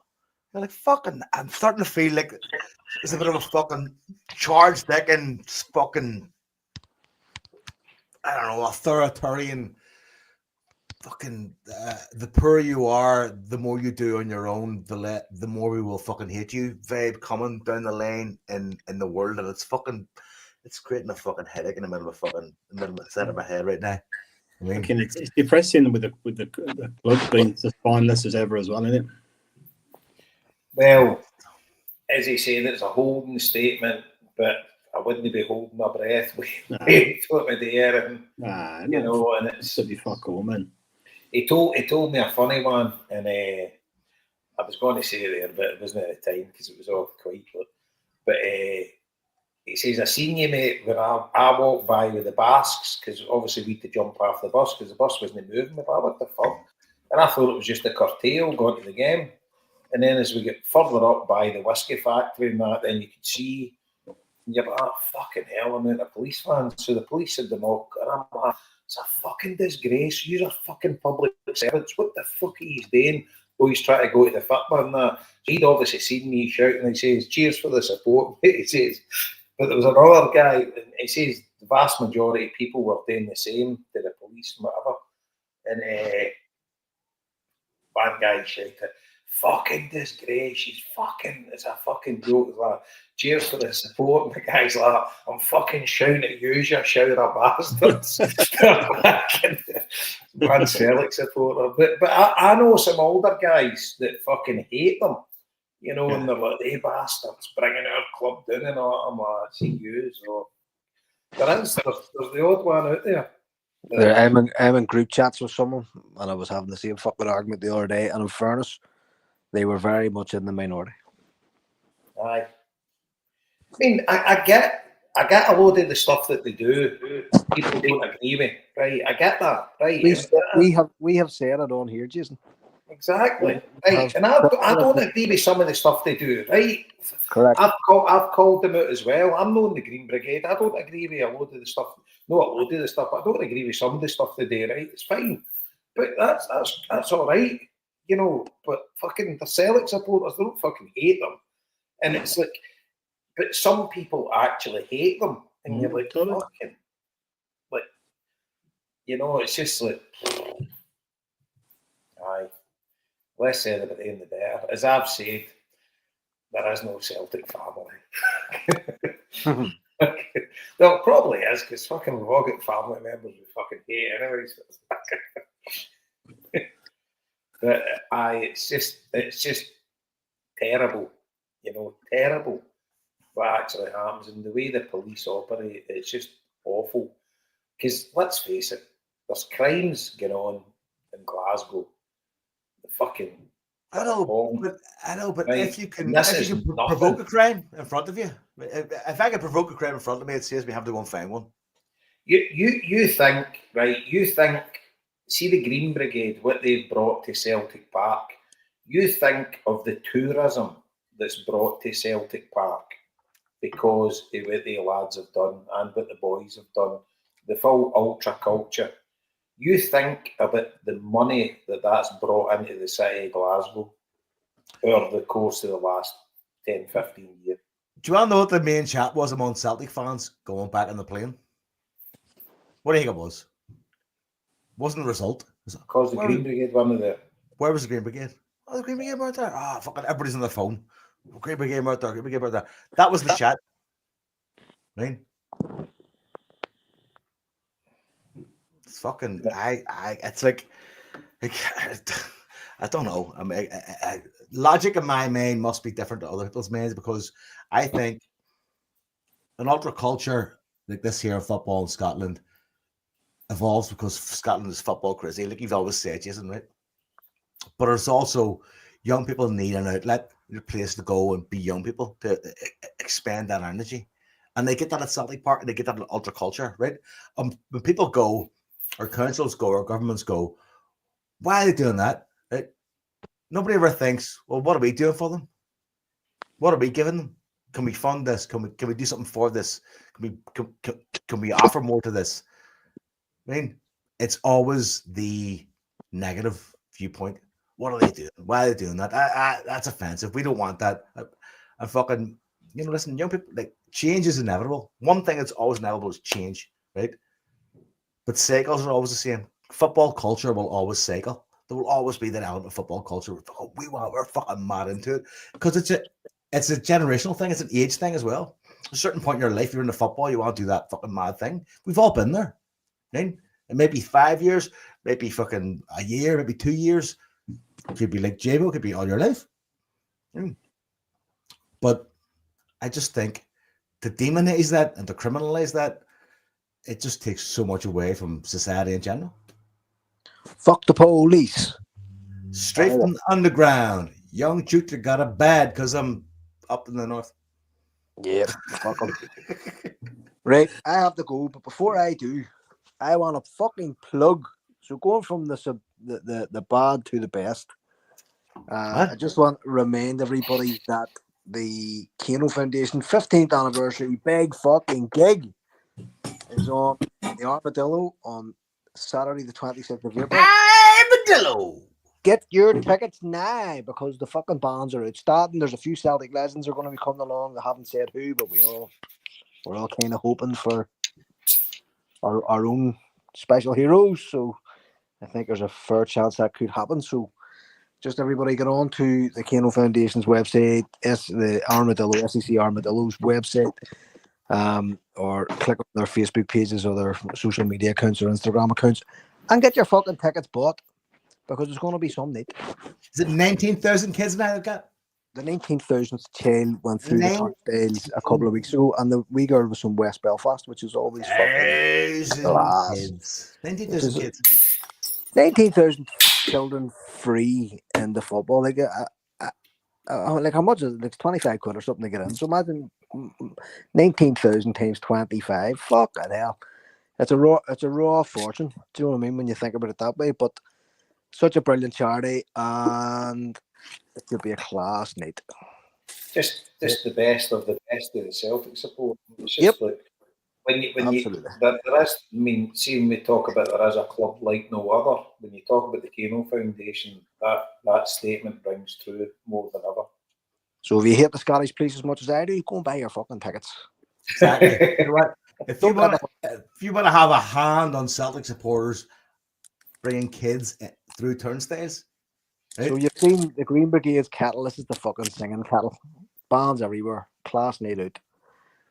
Brilliant venue. And just celebrate, as Jason said, of all the best that we are. We should do a week, right? It's a wild idea. Joe Mac can kill me. The Kettle Foundation, have them all just like in a big circle. No? That's called the huddle, you dick. Joe, as we said, you did well right at the start of the podcast. Right, let's move on to Rio Tati then. Right, I gotta go, but I'll speak to you all soon. Love you all. Joe, tell us about Lisbon first. Oh, fuck Lisbon High. Exactly. Marty, fuck off and burn your saber truck. Bye. God bless Marty. See you, mate. Marty Flynn's gone off. He's had enough Fignonaires back to the Protestant estate he lives in. Anyway, Lisbon, you know what? Lisbon's a beautiful city, man. Beautiful city. Lovely place. And I suppose, like, my wife been there before, so we went there we went from Thursday to Sunday. And no, it was Thursday, Thursday to Sunday. Patient rain pretty much most of the time. And but I've never been there, and I love new cities. Like I don't like I know it's got a good transport system, but I like to wander around. You're a little bit like that, Liam, are you? You like to wander around? Or is that Jabo? Lovely, mate. Yeah. I wander around. Aimlessly kind of go straight to street and just fucking look around. And but my entire intention, I suppose, when I was there, was to go out to the Stadio Nacional, and Liam sent me probably the most comprehensive tour guide I've ever been given in my life. Not surprised one iota. Fuck. All it was missing was a couple of live locations. But I, fucking, I went there. Came in, went there for a few days, and just she'd been there, but I was like, it was a lovely place to kind of wander around, very clean, very nice. But I'm one of them ones going like, after a day, you can kind of see the city. You do tuck around the city. I'm one of them ones going like, I need to talk to somebody. I need to find somebody who fucking actually lives here. Like it's actually Portuguese, and it's from like not because Lisbon appears to be quite a rich place when you wander around it. No, it's kind of a wealthy enough city to live in comparison to the rest of. I don't know compared to the rest of Portugal, but that's kind of very the architecture and that's lovely, Right. Well, this is kind of what I learned from Hugo, the bartender in the hotel, who was 20. His English was fantastic. But anyway, point is, we did all the kind of touristy shit, but obviously I went out and took Liam's guide to the fucking literally to the minute, Liam. I gotta be honest with you, to the minute, and got up to the Estadio Nacional. Well, then, as a good Christian, went into the reception and said to the guy, "I'm a Celtic fan. I'm here," and he just got up off his seat and had a problem. He goes, "There, don't go on the track, don't go on the pitch. Spend as much time as you want." And I give him a tenner. Once I give him a tenner, I was like, "I could have just wandered into this fucking place, couldn't I? Yeah, I could have just walked in the fucking. Nobody's going to stop me." But I felt kind of like it was a rite of passage to some degree, and then I kind of wandered around, and it seems to be like moderately untouched in about 80 years. Yeah, I love it there, man. Honestly, that's the major attraction for a Celtic fan. When you go there, it's the same as what it was like. See, I didn't realise that there wasn't a stand on the other side until I was there. I was like, and I've watched this match. I was going like, how the fuck did it not occur to me? Yeah, you can feel what it must have been like on the day. You know what I mean? You can. There's just something in the air when you're there. It's incredible, man. It really is incredible. You walk up the tunnel and you kind of walk to obviously it was closed off, and I was like, do you know what? This at that point in '67, this, like, I started watching back videos of Jimmy Johnson talking about the experience and Bertie Hall talking about the experience. And I remember, like, Jimmy Johnson said, he says, walked into this courtyard. He said, it was gorgeous. It was beautiful. He said, it was trees. He said, it was really nice. He said, it was very, he said, and the tunnel was in front of you. He said, we all walked into the tunnel. And I was like, standing there going, like, it is really kind of beautiful. It is really nice. There are loads of trees, and the tunnel's just fucking literally right there. And I was like, this is football at its core. Really, at that time, this is football at its core, and the biggest praise is on the line. And it's when you start processing that, you start going, fuck me, imagine being and also when you come up that road as well, you're kind of going like, imagine the trip about this road, like nobody knowing where it is. Like I've got Liam's fucking obviously pin by pin map. But there's other fucking cons coming from Glasgow and going, don't know where they're going. You go like, and all that's going through your head as you're kind of there, walking through it, walking around it, and like fucking just wandering around and just like kind of soaking it in. It was one of those moments going like, yeah, it is kind of what everybody says it is. Right? Yeah. See, when you come out around the trees, Joe, when you're walking through the park and you just suddenly the floodlights come out of nowhere, man, it's fucking they are the coolest things I've ever seen. Yeah. I think. Yeah. That's my favorite. Who the fuck invented those? Because you can see them from the train. I mean, they're that big, like. I mean, you go fucking, and they look like kind of like some sort of Greek monument. You're like, this is fucking mental. I mean, it's kind of like it is the ultimate sort of stage for something monumental, and it still exists in that form. And you go like, that doesn't happen a lot in the modern world. I mean, and to wander around it was brilliant. And the one thing that kind of frightened me was like looking at those fucking 6 foot fucking concrete pits that some poor bastard at some point on a pitch vision didn't measure enough and wound up fucking crushed. And that kind of freaked me the fuck out. But the guy was like, don't go on the racetrack and don't go on the pitch. I was like, and then Marty was calling me a fruit in the chat. And I was like, fuck. Right. So I kind of took a wee rollover when nobody's running the track, just fucking kind of put myself on the side of the pitch and went, you know what? This is well worth the trip. Yeah. I mean, I was there. I was there twice before, Joe. Once with Jason. I don't know if Scott whether you were there or not, but you know, got to go on the pitch with the Lions on the pitch at the same time. Team training on the pitch beforehand. I mean, that's just incredible. Do you know what I mean? And about 1,000 Celtic fans recreating the winning goal in the goal mouth, and fucking Jason speaking to about 500 of them, knowing them all personally. So. Remember the old boys, Jason, on the bench, sitting on the benches, just drinking cans from Wishaw. Brilliant. Oh, boys, fucking Perry Daly. He's about fucking 2 years older than me. Tough paper red. It's brilliant, man. I'm going to go back again in the summer. I'm going to go back. It's one of the. I was the same. Like, I kind of walked away going like, well, I've done that. And then I got the train. I was like, all right, do you know what? I kind of want to go do it again. Yeah. Yeah, loved it. Love Lisbon. Love the people of Lisbon. Man. I think Scott or someone maybe said they're on about putting a roof on, but it'll completely spoil it for me if they do that completely. But I think they use it quite a lot now. I think they play quite a lot of football up there. The lad in our hotel, Hugo, at the bar said they played National Cup finals on it, no? Yeah, rugby there as well.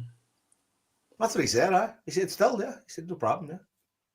And he's a big Benfica fan. Yeah, Portugal trained there, or played or trained there. I think they trained there maybe, and so yeah, it's definitely getting used a lot. But just the steps up out of the ground into the pitch is amazing, and the floodlights should never ever change that. Yeah, it's class. It's fucking. And the thing is, I said to the security guard, I said, "You get many Celtic fans?" He goes, "Every single day." Every day, totally. Yeah, every single day. And every day he goes. Never a day with no Celtic fans. It's mad, that isn't it? That's so mad. Like fucking, I must just think we're absolutely mental. And when I was there, a couple turned up, right? Yeah. And then when I was walking down the hill, another 2 couples were walking up. Yeah.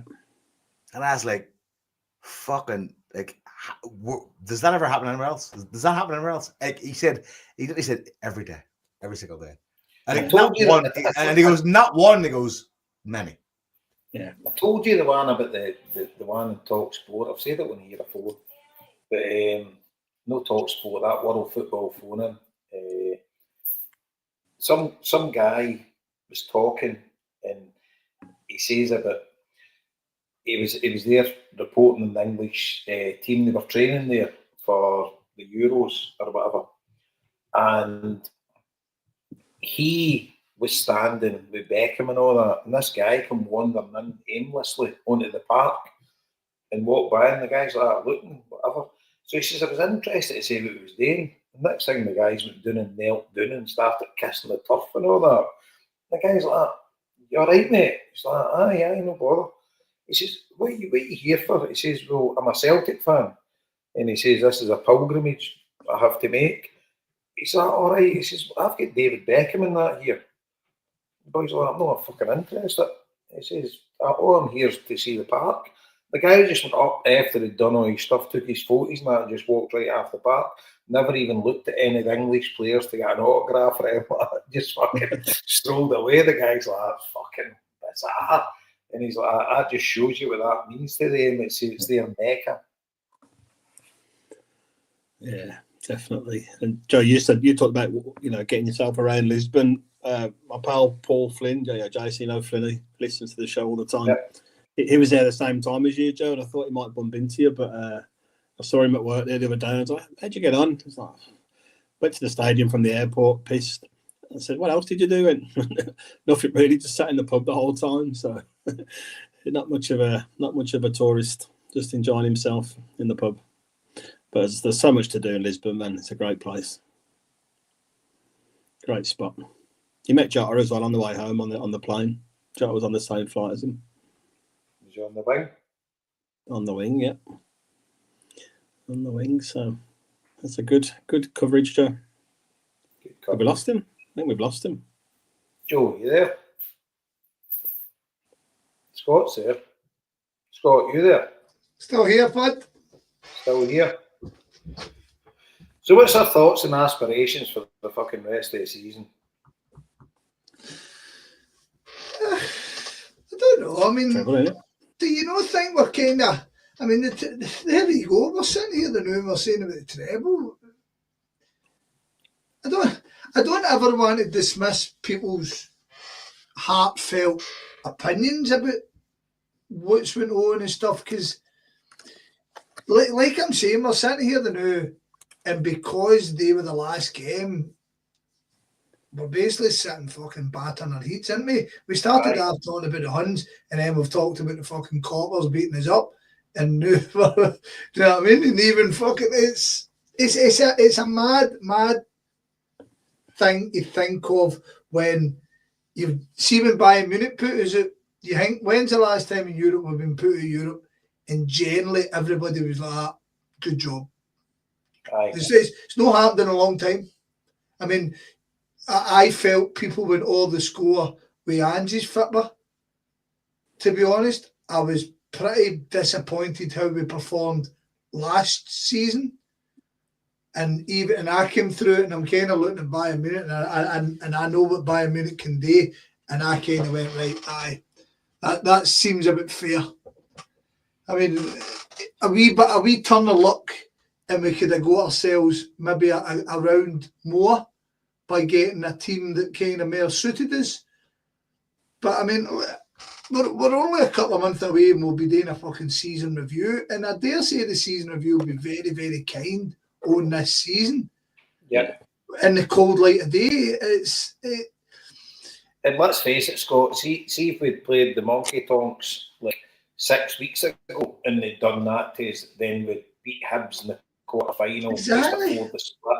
And like, it would be a totally different perception. Exactly. Right, the thing is, right, no matter how much we deny it, the press will always have an impact on any day in Scotland, right? So obviously the legacy media stuff is by and by. There's still people out there to buy papers. I've not bought a paper, even people who would read things online. But that result and that performance ekes into other things. So you listen to the football, the football phone-in thing, right? The World Football Phone-in. So I listen to a whole bunch of pods and see that result. That result comes in, It comes in. Oh, so Rangers beat. This is the first time they beat. Barry Ferguson's come in, and everything I'm watching, it's eating in. So it is getting to you. It might not be direct. Do you know what I mean? Like I listen to Football Ramble, which is 99% English football, and if we beat the Huns, they don't mention it because we should. But see, when the Huns win, it's there. It's talked about. Know what I mean? So I think in the cold light of day. Listen, we know we are not the finished product. We spoke about it. I mean, there's P. Davison saying, do you think we've been a totally different team since Christmas? No, really, no. Because Kuhn's no done what he's done. Kyogo leaving. Maeda playing up top. Greg Taylor being told. See, there's a thing we never spoke about the Huns. Aye, Greg Taylor. Greg Taylor. Now, I myself said, do you think we are beyond the point of Greg Taylor coming into midfield? Do you now think, I think it was in the Celtic Exchange said it, do you think that Greg Taylor coming into midfield would have really, really helped that game? Totally. And it's a mad thing that nobody, I couldn't believe nobody mentioned it. In the pub after it on the way home, nobody mentioned it. And by the way, the thing is, the way his game is, he plays his best football when he's a kind of midfielder because he's like that inverted fullback, and then when he pulls in midfield, he's got the dig and he's good on the ball. Yeah, definitely. It's I don't ever want to see. The thing is, right? The Huns game wasn't a disaster. However, it shouldn't be swept under the carpet. It's in the middle. It should be spoken about. I'm glad you said that because that's what I was like. Because see the amount of folk that think it was an absolute disaster. It wasn't anywhere near the same as the Ibrox game, right? And we should have got something out of that game. I think we deserve to get something out of the game on the balance of play out of the 90 minutes, right? But we didn't. I agree. Aye. No, that's. I came out of that game, right, and one of my best mates, Stu, he's bad for mixing drink and hyperbole, to be honest, when it comes to these things, and he was off in rants here and there and that. I think in a cold, it's sort of could be out for Huns. It was sort of could be out for Huns when I was a wee guy. It was sort of could be out for Huns. Doesn't matter when they beat you, it's so, right? But the fact of the matter is, we dominate this league. We are dominating. We should dominate, and we are dominating it. And the manager, I can't believe some of the stuff I'm reading about the manager. I get that people don't like Brendan Rodgers. I get that. But there's people almost kind of going, it's time to cut loose and all that. I'd be devastated if he doesn't sign another deal. Oh my God, mate, this is a godzone, and I hate being a guy who sits on here and kind of points to a nameless face. Do you know what I mean? I hate you using that for an argument, using somebody that can't defend themselves. But I'm seeing, I mean, obviously the huddle boards is some of the stuff on the huddle boards wild, and Twitter and social media is equally as fucking mental. But we need to. It's mad that we can come off of the Bayern Munich game where every one of us were so proud of our club and our team and the way and how far we've came to the point that we're absolutely doubting everybody in the pitch. Not one player. Kasper Schmeichel was done. I saw that. CCV he's injury prone and he's not been that good this season. Engels 11 dud. Ida dud. Kuhn flash in the pan. Know what I mean? And it's Alistair Johnson. I saw everybody get Sloop. How do we think this guy was going to be? And I'm going. I mean, Scott, there was Celtic fans, many of them saying before the game, McGregor being out might not be a bad thing. Yeah. Every one of them should have the season tickets fucking taken away, man, and fucked in the Clyde. Yeah, it's mental. It's mental. but see, be honest, Liam, right? Some of our best midfield performances for Hatate have generally been when Callum McGregor's not there. And we've got Jason on here who rates Hatate. I think I'm trying to word this correctly. I think this is the right point. No, but I'm trying to word this right to make myself right here because you rate him very highly. I rate him equally highly. However, I think his down points are quite stark. That makes me doubt him, if that makes sense. Well, I would agree with you, right? But on the qualifying, there is like, see if he didn't have the down points, he wouldn't be playing with us, because I think the guy is a fucking absolute genius, and I think he's an unbelievable football player that we're lucky to have. But I totally agree with you, Scott. He's got down points. You're like, how can you not do that all the time? And if he could do the stuff that he does all the time, then he'd be playing with fucking Real Madrid. But he's not. He's not a genius, man. He's not a Lubo. He's not anywhere near that level. Right. That's every football player with potential ever. No. But To a certain degree, it is. Joe, a guy with potential. See the important goals he scored for us, by the way. He scored against them. Fucking. I know. But potential is always the next level. Listen, it always is. Right. I don't know how good he could be, but he's obviously no. I don't think he consistently plays at the ability he's possibly able to play at. So I don't know the reason why. Maybe it's the league he's playing in. Maybe it's the way he's getting played. I don't know. I've got no idea. But what I see when I watch that guy's an amazing football player. And he scored some amazing goals for us, some right important goals for us. Some of the football he's played has been absolutely outstanding. And I just think the guy's a quality player. And I get the fact that some games he's maybe no at himself and whatever. He's a Japanese guy living in Scotland. I mean, cut him some slack. Like, it's not a thing that any of us could ever equate to, you know, living away for your family, stuff like that. I don't know. But the guy's a quality football player, and the amount of Celtic fans that say he's fucking hopeless, he's fucking get that attack, a load of fucking shite. And every podcast or anything that I listen to in Scottish football, every player that plays against them backs me up and says he's unbelievable when they're playing against them. So go on. So Liam, you say your point, and then do you think we should read out Joe's comments? Yeah,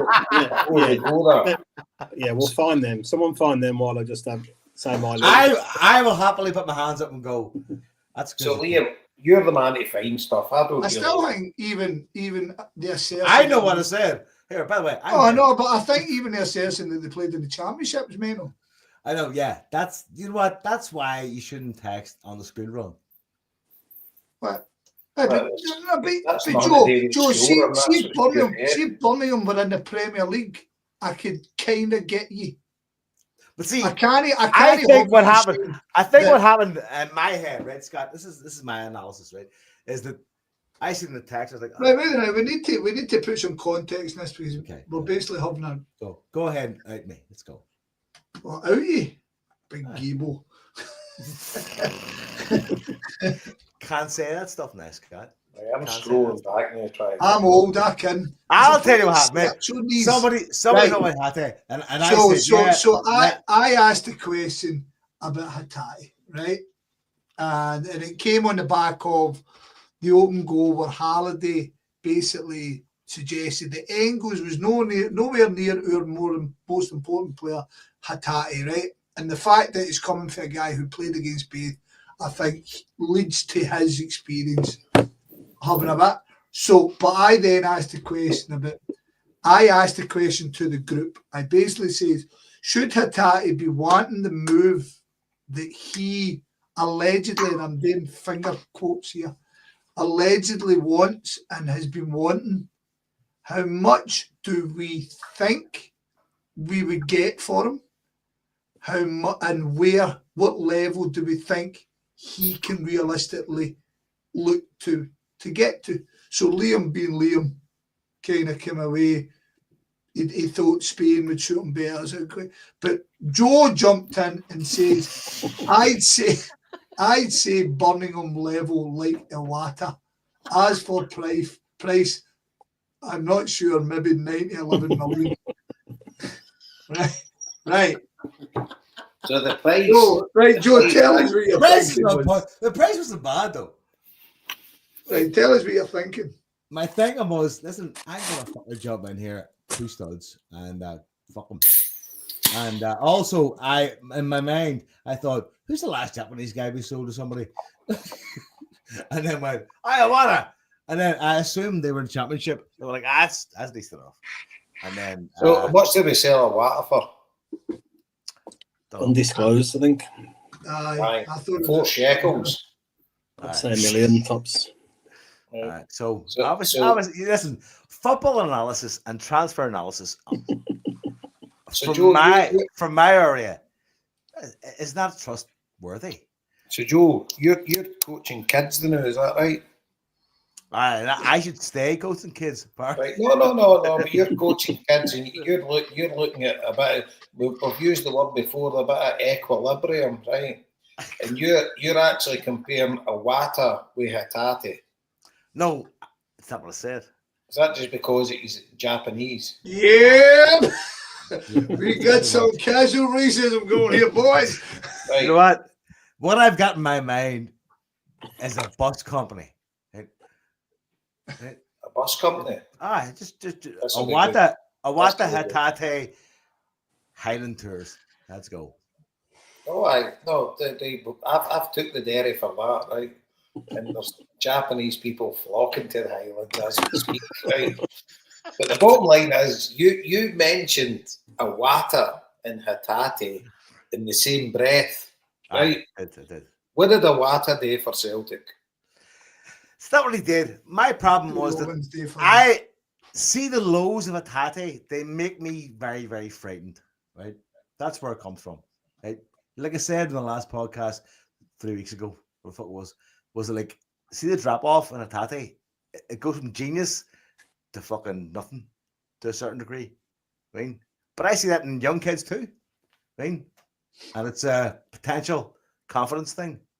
And I suppose my point was he could be an Iwata, but he's not. You're fucking me right. Politicians respond. No, that's not even a politician's answer. That's just fucking rambling shit. That's a Donald Trump answer. You should. That is. That is. Well, then, what do you want to hear? What do you want to hear? Listen, it was a fucking stupid thing to say. That's what I'm saying. Exactly. Why do you say that? Absolutely right, you say. Why? Because it doesn't create content. Right? That's why. Joe's a content guy. Think me and monetizing this fucking podcast or something. No. Content. Now you've all got to hold on to Patreon to hear what we really think. All right, the bonus joke bullshit. No. See, when I won that Euro Millions, I'm creating this podcast for us and I'm paying you full-time wages and fucking we're going to take this to the next level, Joe. That's not going to drive any content. Joe, that's not going to bring the millions in, Joe. Here's the thing, lads. You don't understand. Listen, there's an audience for everything. Everything. See if I want to go on land and clean my fucking toenails for fucking like 3 hours a day, some cunt's gonna watch it. Guarantee. Right? There's an audience for everything. Fuck me. We're talking about matches that happened 3 weeks ago. People are listening. What the fuck? Right? People listen to jungle music. Send Joe a bigger spade. Joe, you could do with that Wi-Fi fucking up again, man. Cutting you off. I'm sorry you lads don't have vision. Vision, fucking a water. Fucking double vision. Right. Well, fuck, where are we going here? Hertz. Hertz. So what's the right? Is Bernardo back fit? Yeah. He done a presser today saying that he's back. He's been back training and he would like to be involved, but it's obviously up to the manager. Brilliant. That's what we want to hear. What about Jamesy Forrest? Jamesy Forrest was allegedly back for the Huns game, and that was 2 weeks ago. So, Right. Okay. So, looking up McGregor. I take it he's back. we're going to think Calmack's back. Yeah, Aye. He was touch and go for their game. the keeper. Aye. So Sinisalo. He's well, Liam. You've been quite vocal about this in the chat. You're quite up for this, and I kind of don't disagree with you. On you go, mate. Yeah, he just. I mean, Schmeichel's a massive loss to us, and I would love him to be around for the end of the season. He's played so well this season; he deserves to be there. But you know, the only silver lining, I guess, is that we bought this goalie with a decent reputation.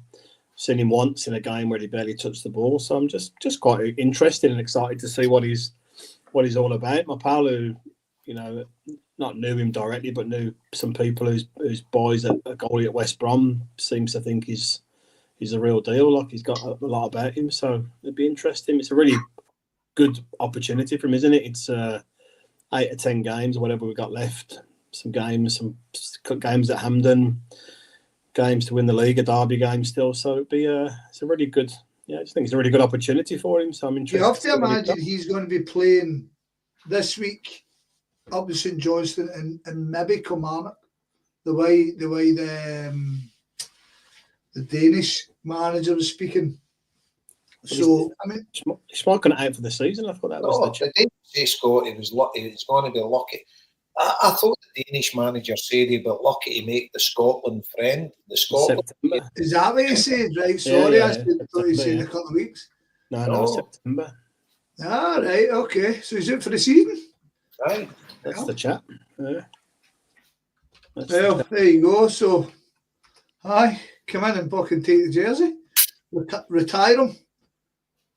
That's it. That. See, to be honest with you, no disrespect to bloody Casper Schmeichel, but that's the dream. The guy comes in and it's like, do you know what I mean? Cheerio, Casper. I mean, at the end of the day, we're Celtic supporters, so you love players and all that, but they come and go. But the thing is, if the guy comes in, that's your actual dream, that he comes in and he's, there you go. It's going to be interesting to see what he's like with the ball at his feet, Jason. That's going to be the big deal here, isn't it? You know, Schmeichel's so good. That's what you brought him in for, isn't it? Yeah. I don't think we saw much of that in the one game he played, did we?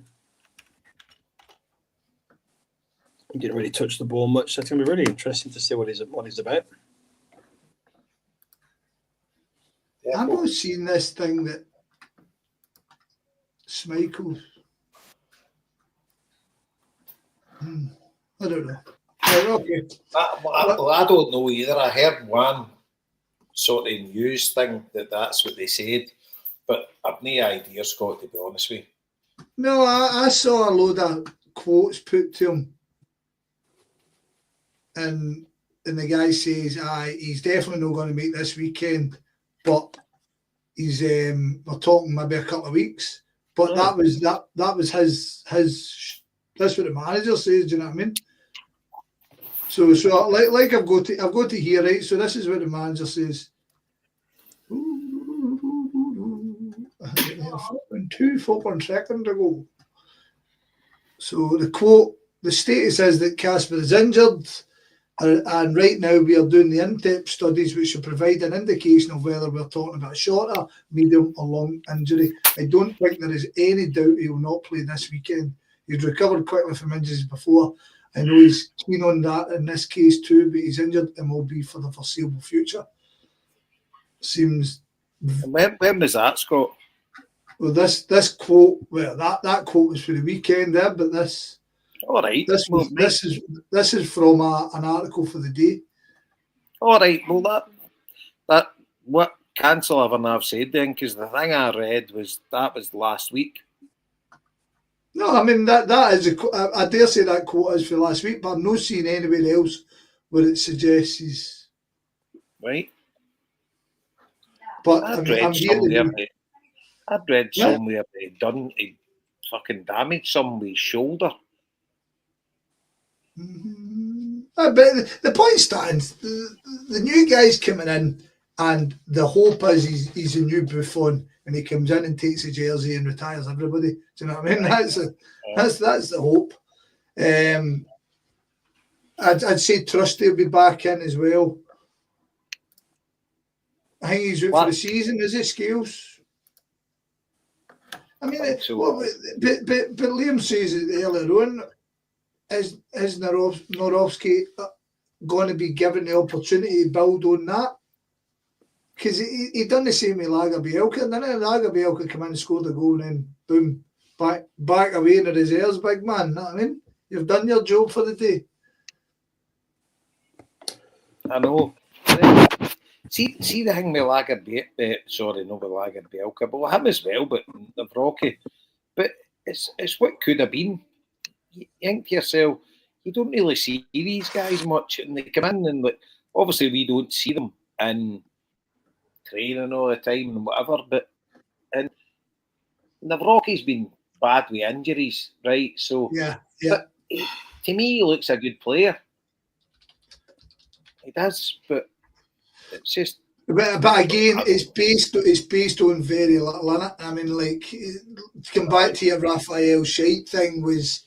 Oh, fuck me here. Listen, ask me out the banana. We're on Raphael Scheidt. I am out the fucking door. See 3 minutes ago, my man went, we're on Raphael Scheidt fucking territory here. And I am sorry, I'm done. Right, but anyway, to finish my point before the fucking clown shouted it. Liam, you with me, Liam? You with me? No, with Raphael Scheidt, you basically say, how can you judge a guy on so little games? And the same point is, how can we be confident in a guy on so little games? Grab your spade, get your fucking rowboat. I'm out of here. Sorry. Joe. I don't think we're saying that, Scott. I think we're saying give him a chance and let's see what he's got. No. You're because of that Egypt there. You've kind of just no. Basically, what I'm saying is, I agree with Jason's point. Was Raphael Scheidt never got enough games to judge. Narovski's in the same point in the opposite way. That however well he done in that game, I don't know. I don't think he's looked particularly poor. However, if the manager's no going to give him a sniff, and we've all agreed, Jason, you've used it against us a good few times. Brendan Rodgers knows a wee bit more about football than us. So I mean, in the grand scheme of things, I would rather Dane Murray go an extended, and we've seen because he's useful in a whole bunch of ways for us. Do you know what I mean? If we don't think Narovski's going to cut it Celtic, cut our losses, let's get rid of him. Let's no have him hanging about. Know what I mean? But I don't know. But I'm looking forward to Saturday. I'm looking forward to kind of getting back into it. Aye. Get that Huns game out your head. Know what I mean? Oh, Joe's away. Agreed, mate. I'm gonna drop as well, boys. So I'll catch up with you on Saturday. Why don't we just finish the show, mate? Stop being selfish. Aye, exactly. By the way, I need to add we've got obviously we're out of Europe, but myself with obviously a couple of other interests in world football. I'll still be attending European games between now and the end of the season. Hopefully more than one, and I reckon I could be actually at 3 games in order for Athletic Club to win the Europa League. Could be at Ibrox. Well, I will be at Ibrox. I could be at Old Trafford if Man United beat Lyon. Oh yeah. I could be in San Mamés for the final. That's no bad, eh? So Incredible, man. That'd be incredible. see when you look at the goalies as well, Scott, right? See with Sanasola, right? See Athletic Club, like obviously Unai Simon is their main goalie. But see in the Copa del Rey games, and they played him in the final last year when they won it. Agarazabella, or whatever, how you pronounce his surname. They played him in every game, and they played him in the final. You know, when they beat Mallorca in the final. And Celtic kind of Look, there's Jason there. There's Jason looking for the big game with his deer stalker on that. What's that? I'm not looking at it. Wait, you doing? Hunting, big game hunting, isn't he? Aye. But see, like the way Athletic Club do it. Do you know? I think like Celtic should have done that with Sanasola. But yeah, like every I'm surprised he's not played more. Exactly. I'm really surprised he's not played more. One of the games we played, I can't remember who it was. I think I was in Lisbon at the time. Was it Falkirk we played in the cup early on a Sunday? I think he was going to play that one, but he was injured because Bain was on the bench for that. That's right, Bain was on the bench. Yeah, so I think he'd have played that. But I agree with your point. I don't know. I mean, see, be honest, right? We're at a stage. I know we all want to win the treble, but we're at the stage the League Cup should get back to playing the boys. Yeah, 100%. I mean, it should the whole way through. The way Arsene Wenger used to do it. And even if you get to a final, don't drop them all. Play the same guys. Yeah, do you know what I mean? Like Narovsky, McCowan, they should all have been playing regular in the League Cup. Yeah, and the thing is, because the thing is, we're moaning about all our guys being knackered and playing hundreds of games. Well, that's a good way of fucking using it because the League Cup's half of your first half of the season, isn't it? But anyway, on to Saturday. Come on to Celtic. Oh, big time. Right, we're calling it. We're calling it. Gentlemen, been excellent. Thank you very much. Everybody stuck in a few comments. Thanks for that. Liam, keep smiling. And hope your team wins at the weekend, boys. You too, pal. Take it easy, boys. God bless. Bye. Bye.